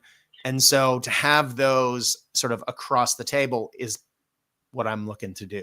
Whether it's going to work, that's another thing entirely. I really want to try to figure out a way to run the original X-Force, like from the comics before they're a superhero team, where it's Maverick, Logan, and Sabretooth. And I was like, man, but you can't really do that. So I was like, oh, okay. So the new one I'm working on now is I'm working on the it's Darkstar, Ursa, Crimson Dynamo, and and Red Guardian. But I'm painting them all I'm making them all Ukrainian. So nice. I have the Cobalt Dynamo, the Golden Guardian, Darkstar is still Darkstar.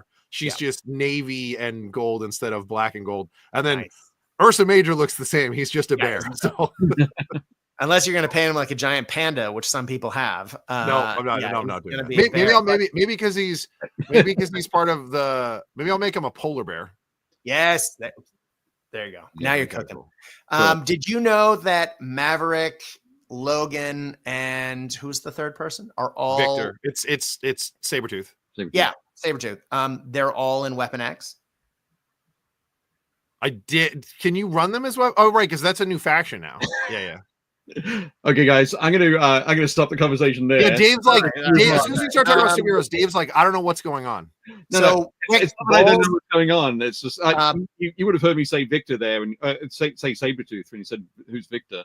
But no, we've also got the minis from the group to look at tonight. Oh, sorry. So really quick, Warlord Games podcast. I host Warlord's official podcast. And some people ask, how does a schmuck living in Australia host the podcast for Warlord Games, which is in Nottingham? Well, as you guys know, John Stollard used to be the CEO of Games Workshop US. And when I worked in trade sales the first time, my boss, Blair Mackey, went to retail mid-Christmas season. And it was right about the time that John came over to take over the CEO-ship of the US business. And we were a big money team. And so to make sure that the leadership of that team didn't get diluted in the money-making part of the year, rather than having a team leader, I had to report the money I made every day to John Stollard at the end of every day, which wasn't intimidating at all. No. He's such a nice guy. John's the best. He is actually one of the nicest human beings, and he is a delight, and I love him. But I've also seen the business side of John, and getting to report my numbers to John at the end of every day was terrifying. John Matthews, terrifying. John Stollard, more terrifying. And I think I see Jeff Smith in the chat. Jeff Smith, also amazing trade sale royalty. Hey there, Jeff. But also terrifying. Also, I was about to say, also terrifying. Jeff, someday we'll have to talk about the time we went to Mall of America and I was a schmuck. Oh, that's a cool thing. How'd you do that? No, that's a story for another day, because I think we have to get through pictures, as Dave said. But I contacted Warlord and said to them, hey, you don't have a podcast. Actually, I just messaged John directly. And he said, yeah, we should have a podcast. He was like, what's a podcast? Well, he'd been a guest on my podcast a bunch of times. And he normally said, back then he said, I will not do this. I do not like this. I do not like being in public. I will not do. And I said, John, how many times did I hit my target for you? And he went, okay, fair enough. And I said, I would like you to come on my show. And he said, okay, I'm bringing a friend. And I said, anything to get you to come on. And he said, cool. Rick and I will be blah, blah, blah. And that was before I'd re-met Rick. And so I messaged him back a couple days later and I went, which Rick? And he said, there's only one Rick. And so sure enough, John Stollard showed up on my little podcast back when it was way back when with Rick Priestley. And I was like, hi guys, which was amazing. But John learned that I don't bite. And that I'm positively focused and I love his stuff.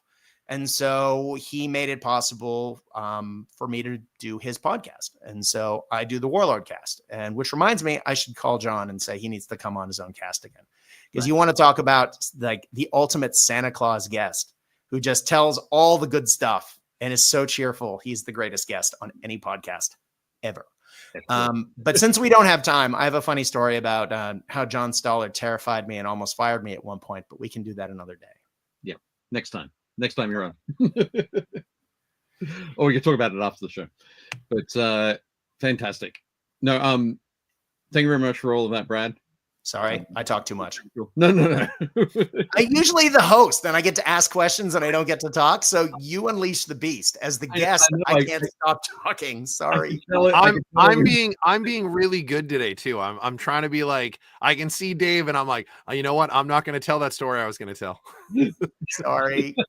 No, you're all good. You're all good. Brad, this is nothing. You should go back and watch the episode that we had Ash on. Ash and I almost killed Dave. Like, Yeah, not physically, but no. Dave was ready to like kill himself because of Ash and I. So. no, I wasn't going to kill myself. I was gonna turn things off and walk away. I saw this photo today. This looks like a painting. Like, Right? I don't mean a miniature. I mean, like, it looks like he painted this onto a gray background. Yeah. Unbelievable. So these are all photos from our Facebook group, the BuildPaintPlay community. So if you're not a member, there's a link in the notes below. Go and click join, and we will let you in. Somebody will let you in, and feel free to post your minis that you're working on. But yeah, Adam Weller's in Adelaide, I think.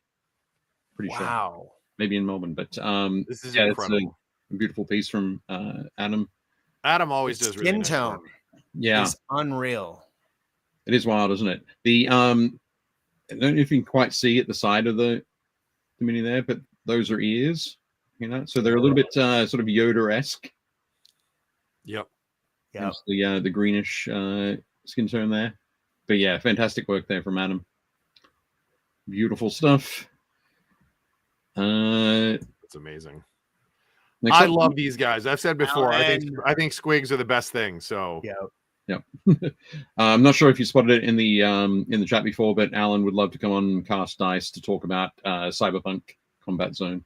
Oh, nice. I did miss that. Alan, I would love to have you on. Alan and I used to play in the New Zealand versus Australia game at a private 40K event. It was an invitation thing, but Alan's stuff is unreal. And he also kicked the Christ out of me on the tabletop. But he is, unbelievably talented as a Who's this supervillain with his cat and his shaved head? No. No, Mr. Bond, I expect you to die. This is a Cyberpunk mini. Yeah. I think it's a fixer. Yes. Alan was saying. But yeah. Nice work, Alan. The cat. Got to save that cat, man. Yeah. Excellent. Nice work. Amos joined us in the chat earlier, I saw. Man, this is gross in the best way. Yes. This is gross. I think he said he calls this what, Nurgleberry? Right. The tones in here are fantastic. I love the purple, just that little hint of pink up here. Obviously the pink down here, but yeah, it's like all the shadows, even on like the main body, like all the shadows, his lip. Yeah. Yep. He definitely has diabetes. That's a Sugarfoot if ever I've seen one. Right, absolutely, yeah. And I love that the textures between the skin, and there's a very obviously different texture for the chain. Yeah, with all that rust. And the rust spots on the sword are phenomenal. I love them. I think the only AT is a phenomenal painter. I think the only feedback I would give is because he does so many textures, I feel like I probably would have spot glossed the intestines so they look wet. I mean, they might be. It could just be the angle of this photo, but just so they would look like wet and shiny. You know what I mean? Like so they'd look slimy. I think that's the only thing I would do to add to this, because he has so many. His volumes and his colors are so good, and his textures, like that sword looks like we're gonna need tetanus. Like just picking up this model to put it away, I'm like, oh, I cut my finger, I'm gonna have to go get a tetanus shot. And Grendel and New Zealand said, I think I saw this guy wandering around Adepticon, or at least his foot. Yeah, I definitely saw that dude at CanCon. I'm just saying. Sure. Excellent. Nice work, Amos. That's so good. I love the blues. The blues are so good. Brendan Bell. We mentioned Brendan and his team tournament, 40K team tournament team last week. The Dustwall Enforcers. Yeah, he sent me this just before the show, so I didn't get a chance to put it in. But this is their display board. It's really cool. It's got the you can see all the vehicles here heading out over the wall, or sort of out of the wall there. They've got a winch there, a little bit like Fury Road. That's awesome. Fury Road, but fantastic looking display there, Brendan. That's unreal. Absolutely great. That's super nice. I love all their Dustwall Enforcer pamphlets they have stacked up to the left there. Yes. Yep. Dave's got one at his house, but like those are so awesome. Yes. That's amazing. Cool. Excellent work. Thanks for sending that, Brendan. Looks great. Castle Oh. Grayskull. It's Grayskull. Just quickly, Amos said they are gloss, Jake. It didn't show in the pic though. Oh, okay, nice. Yeah, see, I was like, he's too good a painter not to do that. I was like, maybe it's just the picture. So yeah, Cal's painted up Castle Grayskull here. Is this a 3D print or is this the thing from the Simon game? Is this the objective? Neither. It is the Archon Studios. Oh, it's from their board game. Masters Okay. of the Universe Battlefield. Yep. It is okay. For the record, Yep. that game is better than any right it should be. Oh It is- yeah, it's 100%.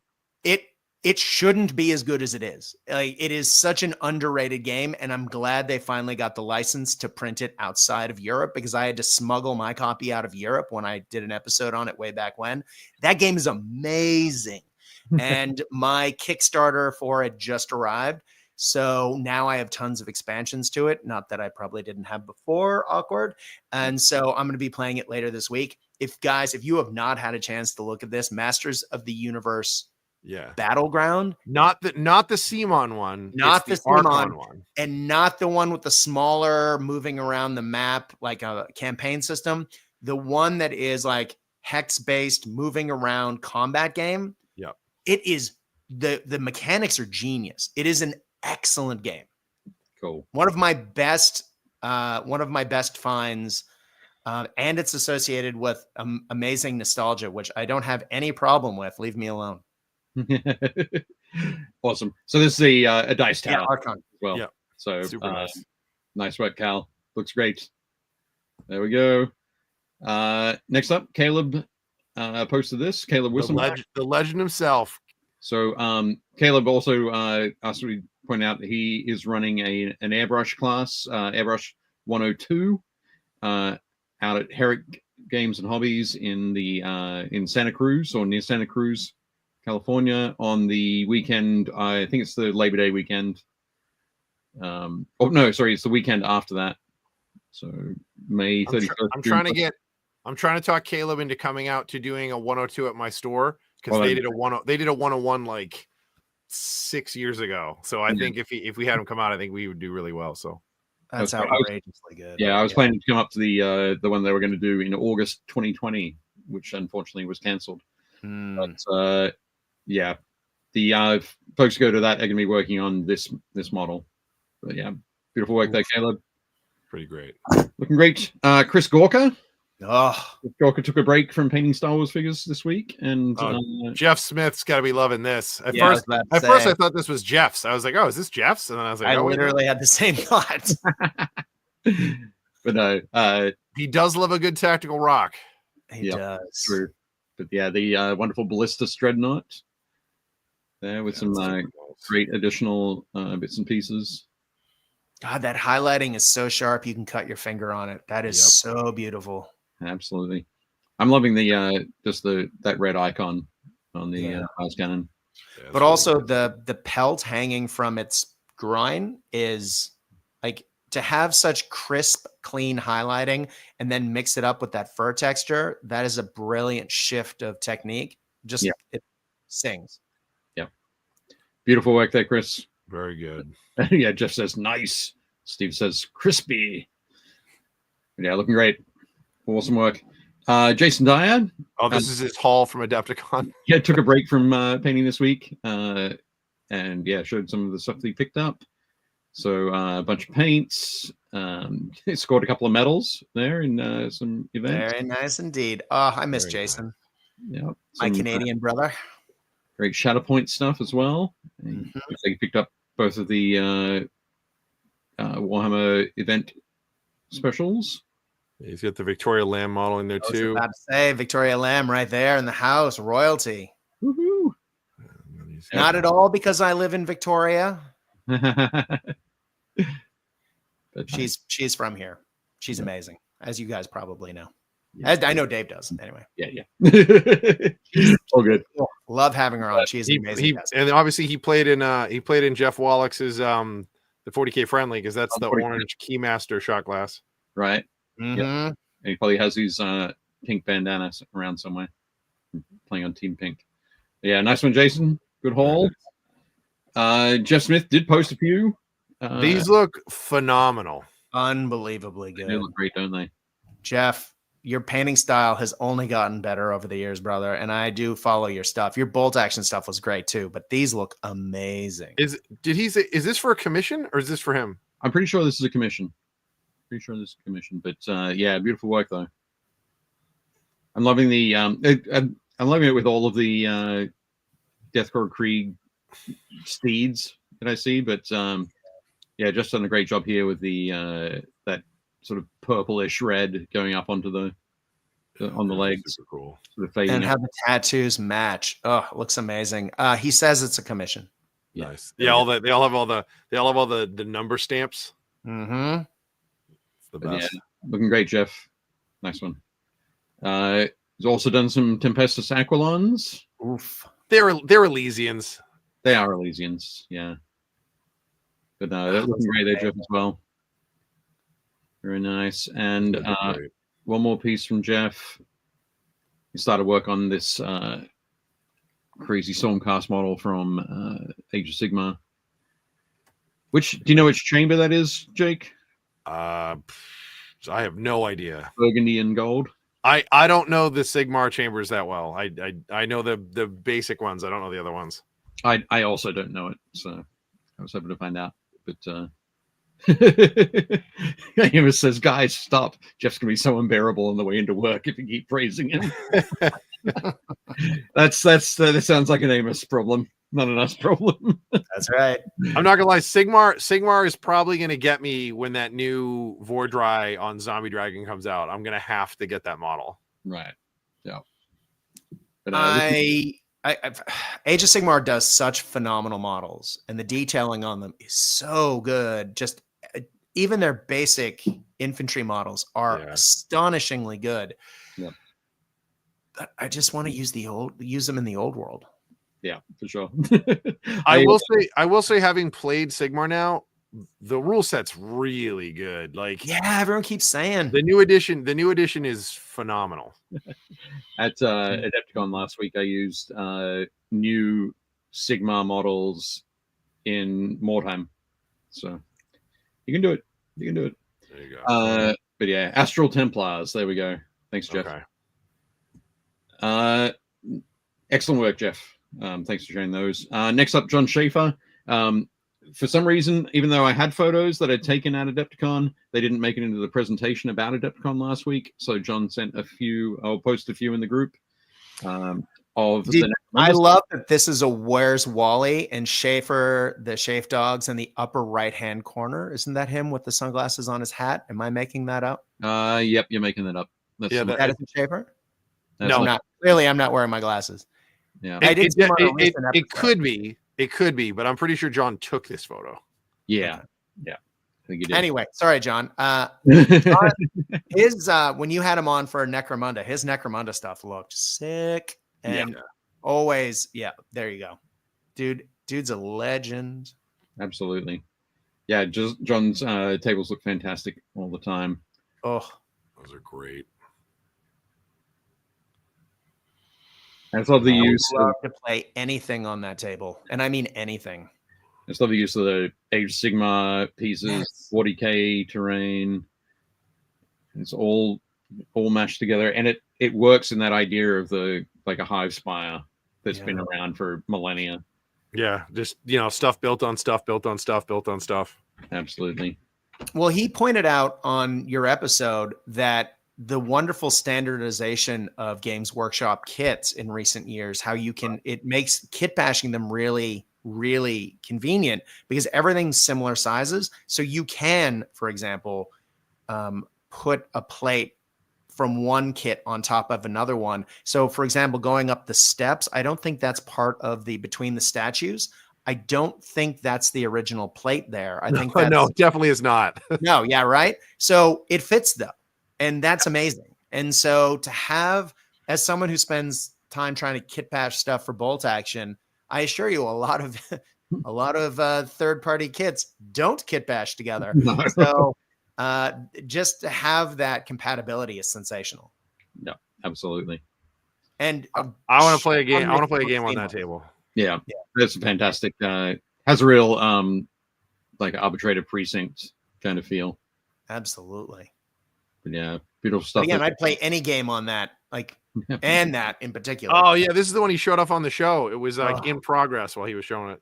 Yeah, so yeah, we got to see it all in the gray plastic, but now this is how it looks painted up. That is awesome. I was hoping to see the Arvis lighter on the lander. Maybe that will appear later, but that table looks just so good. Yeah, so good.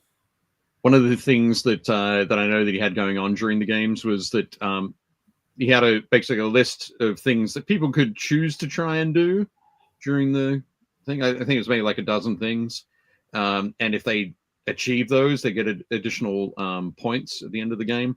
One of them was only use melee weapons, and so for the folks who were playing in the arena, it was very much that sort of thing. But you could also try and achieve that on any of the other tables. I'm not sure how many people did try, but yeah, it's just definitely another aspect. But these all look fantastic. Thanks very much for sharing them, John. Yeah, John, those are great. Josh Potter also decided to show his minis haul from Adepticon. So there's a few pieces in there from Victoria. So Victoria's in there. Kane. I think that was this year's model.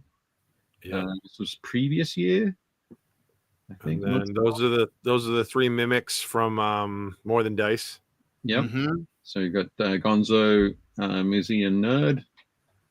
A few other bits and pieces from different games. We've got Robe Guy, of course.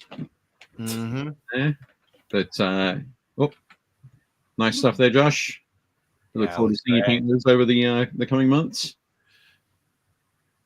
And then next up is Justin McCoy doing some more work on his truck stop diorama. So good. He was saying these so the yellow pieces are the next things that he's finished the build on. These are the fuel pumps. So I get lost in those vending machines, man. Right. Absolutely. Yeah. So much great detail and weathering. To the left, you can see that there's like little Pringles. There's a Pringles can. Yeah. It's wild. Yep. Yeah. I love the Kilroy above the little googly eyes on the vending machine to the left. Right. But you also have like a Gundam logo right beneath Meng, like the little Kilroy's at the bottom, Dave, on the right. Yeah, it's on top of the green sticker. Oh yeah. That's awesome. Kilroy was here. Like the level of detail on that is astonishing. Yep. Absolutely fantastic. Beautiful work there. Nice. Jonathan Palermo said, speaking of event exclusive minis, I finally got hold of one of the Space Wolf GW seminar minis. It's only costing me $5 plus tariffs. LOL. So plus tariffs. Good luck with your mortgage then. Oof. But yeah, beautiful work there, Justin. Really exciting to see this come along. Next up, Luis is almost finished. So close to finishing the combat patrol. Yep. He came in today. We were talking about it. Nice. The camo that he's doing is so good. Yeah. Fantastic. So this is from the librarian in Phobos Armor. I think today he may have posted a shot of like a work in progress shot of the librarian. Some of the parts assembled, but I figured we'd save that for when he has it finished for next week, hopefully. We'll see. Jeff Smith said he's painting his Space Wolf right now. Nice. And nobody was surprised. I'm amazed he's waited this long. I was about to say, why isn't it already painted based in, I don't know. No, it's going to look amazing, Jeff. It's find the appropriate tactical rocks. So it's all good. But yeah, great work, Luis. Mark Maxey posted another one of his entries from Golden Demon. Wow. So this was in the Age of Sigmar unit. Super cool. This looks fantastic. Yeah, beautiful, beautiful colors throughout there. That stream bed. Oh, Yeah, looks fantastic. I just like I love all the colors that he's got going on, like all the like spring colors. They're so cool looking. Yep. There's so many the blues and greens all the way through, keeping those going with the moss and the bluish tints here and the rocks. I like how all the little models have their own little like mascot. So like the girl at the top, she's got like the crab with like arrows on it, and then the other guy has the little like hummingbird looking spirit, and then there's like the dragonfly snake thing, and then there's like the weird bug on the backside. Right. Like that's just there. I mean, the models are so cool, but like his paint jobs really make those little things pop, so you notice them. yeah. Beautiful work there, Mark. That looks great. Excellent stuff. Next up, Miles Bergstrom. Oh, right. He's doing War Master. Yeah, War Master. Yeah, I think these are these might be from, is it Forest Dragon? Those look Forest Dragon. I could be wrong, but I think those do look like Forest Dragon. But yeah, beautiful Empire Army. Such incredibly detailed models from Forest Dragon, including the general there on that griffin. Dave, you know Empire. What city is that? Is that Everland? No, Avalon's yellow and black. I knew there was yellow. Is that Marienburg or Middenberg? It's kind of more Sturland. Oh, sorry. Yeah, Sturland is like yellow and green, I think. I was going to say Talabecland, but that's wrong. I think that's red and white. But yeah, I'm going to go with Sturland for the yellow and green. But no, beautiful work there, Miles. They look fantastic. Lovely. Nathan Sorensen adding some more terrain to his spaceport. This tower looks great. Yeah, they're so cool. Absolutely amazing. And I love the that the sort of the text around the top has been picked out in that different tone there. I like the subtle chipping around the door too, and along the bottom of the building. Like it's a really clean paint job, but it is so effective for that particular setting. Yeah. And that's either a deep cut studio mat or it's a Knights of Dice mat. Either way, like that terrain fits that mat perfectly. It's so good because you don't want it to blend in completely, but you would believe that is actually there. It's amazing. Yeah, absolutely. This would also be a fun table to play on. Right? Like anything that's super immersive like that, I'm always like, ooh, I want to play on that. Yeah. There we go. Matt Bowles has just confirmed green and yellow is Sturland. Nice. Well done, Legend. Dave. Cool. But yeah, beautiful work there, Nathan. Looks great. Next up, we've got quite a few photos here from Steve. So these two here are from the game of Wild in the Streets. So Steve's out in San Diego, as is Chris Kohler, who runs who owns Wild in the Streets. So that's the gang warfare that we've talked about. I love the porta potties. Yeah. They're just perfect. You just know that they're going to be stinky as hell. This is where you play MCP on this table and you have the Hulk throw a porta potty at somebody. I actually have one of those for my construction site board, and yes, the Hulk has thrown said porta potty. It is such a good moment when you can do that. Yep. There we go. Thanks very much, Stephen. Yep. Slow Death Games. So Chris Kohler, Slow Death Games, owns Wild in the Streets. But yeah, fantastic. That looks great. And Stephen also went to his local historical gaming event. Well, I say historical gaming event, but gaming event Advance there. Bunch of stuff going on, and there are way more photos in the Facebook group. But I wanted to grab that shot there of that Mordheim board, and having that little ship in there with the planks running to it just adds an extra element of danger, I think. falling into some warpstone tainted water there. But yeah, looks really cool. Hope you had a great time there, Stephen. I think you did. But folks can go to the group and check out the photos. What's next? Okay. And final photo we've got for tonight. So Zachary Malott joined our Facebook group, but is also the winner of gold at in the Youngbloods category at Golden Demon. Nice. Well done, man. Yeah, he That's did a great huge job. win. Absolutely. That was sweet. I think by the time I was, I can only guess Zach's age, but it would be 16 or less.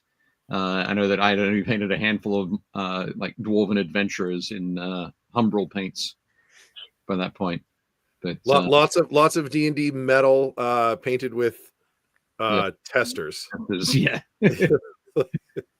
But yeah, this model is absolutely fantastic, Zach. And yeah, you work on the OSL, particularly seeing it on the legs here, under the arms, hitting those plates. Fantastic. That's really cool. Awesome. Sorry,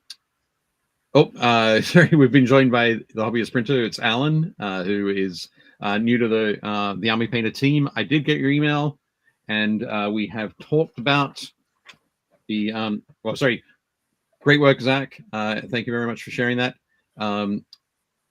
Final slide that I've got in this presentation is for next week. Ooh. So next week's episode, it'll be Steamforged Games.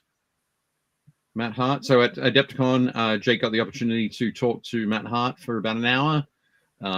Filmed by a wonderful Josh Potter, JP Got Rockets. Oh, we talked for hours. We just recorded an hour. Yeah, you recorded an hour.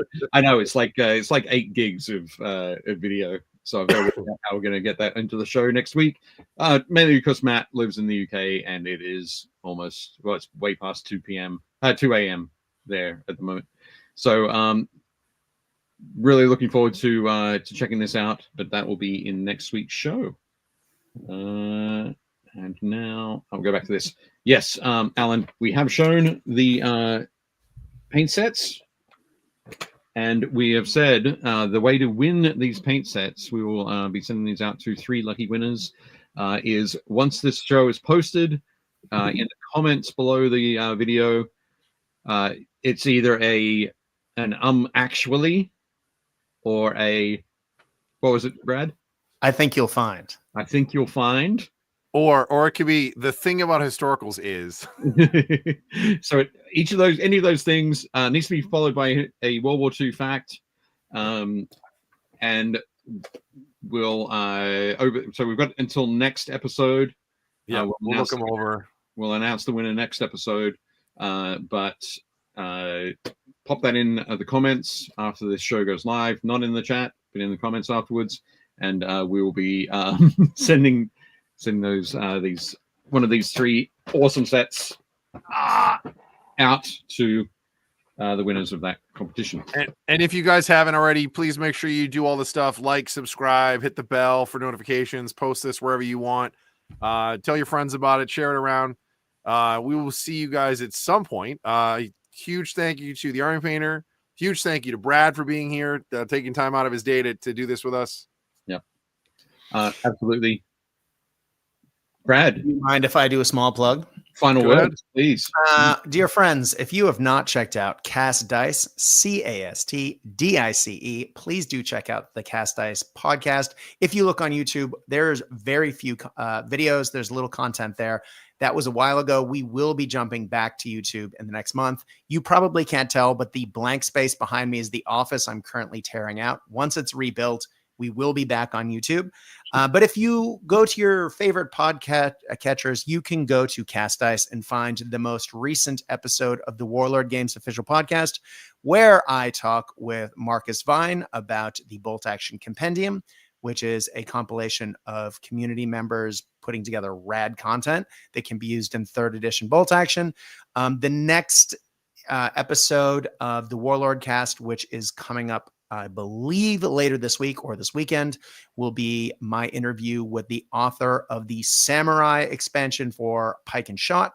But if you've listened to the most recent Cast Dice episode, you will also know that I've been talking with Carl from Crooked Dice and our good friends over at Edge Hill University about their collaboration around the most recent feature pack for the 80s expansion for 7TV, which is Night Terrors, which is currently on Kickstarter, which takes you through the best combination of Stranger Things, The X-Files, and every...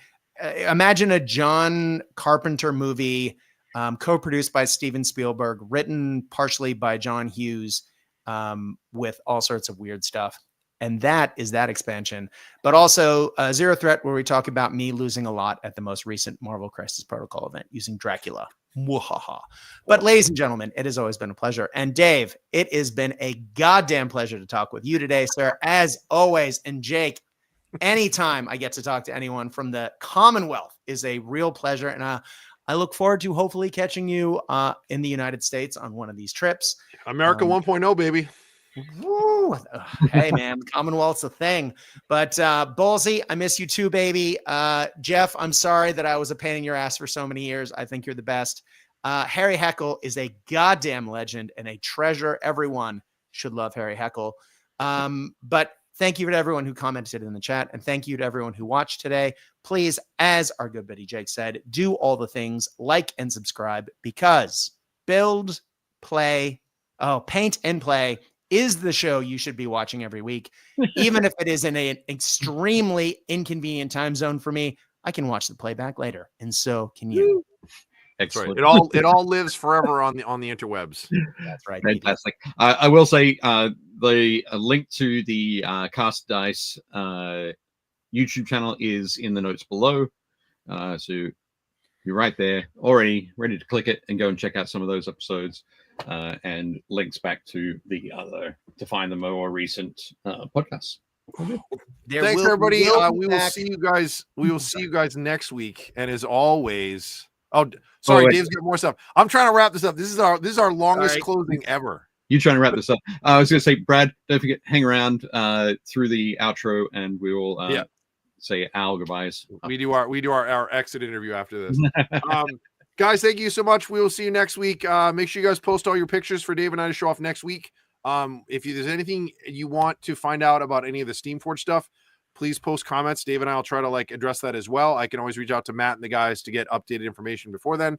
I also have a bunch of information that Matt told me off the camera, so I can hopefully try to answer some questions if folks have questions about the upcoming stuff, some of the stuff that they teased at Adepticon, stuff from their keynote, which we can also make sure that I'll make sure that we list that as well in the notes next week, so you guys can watch the keynote if you want. But everybody have a good week. Be safe out there. We will see you next week, and do not forget to build, paint, play. Sit down.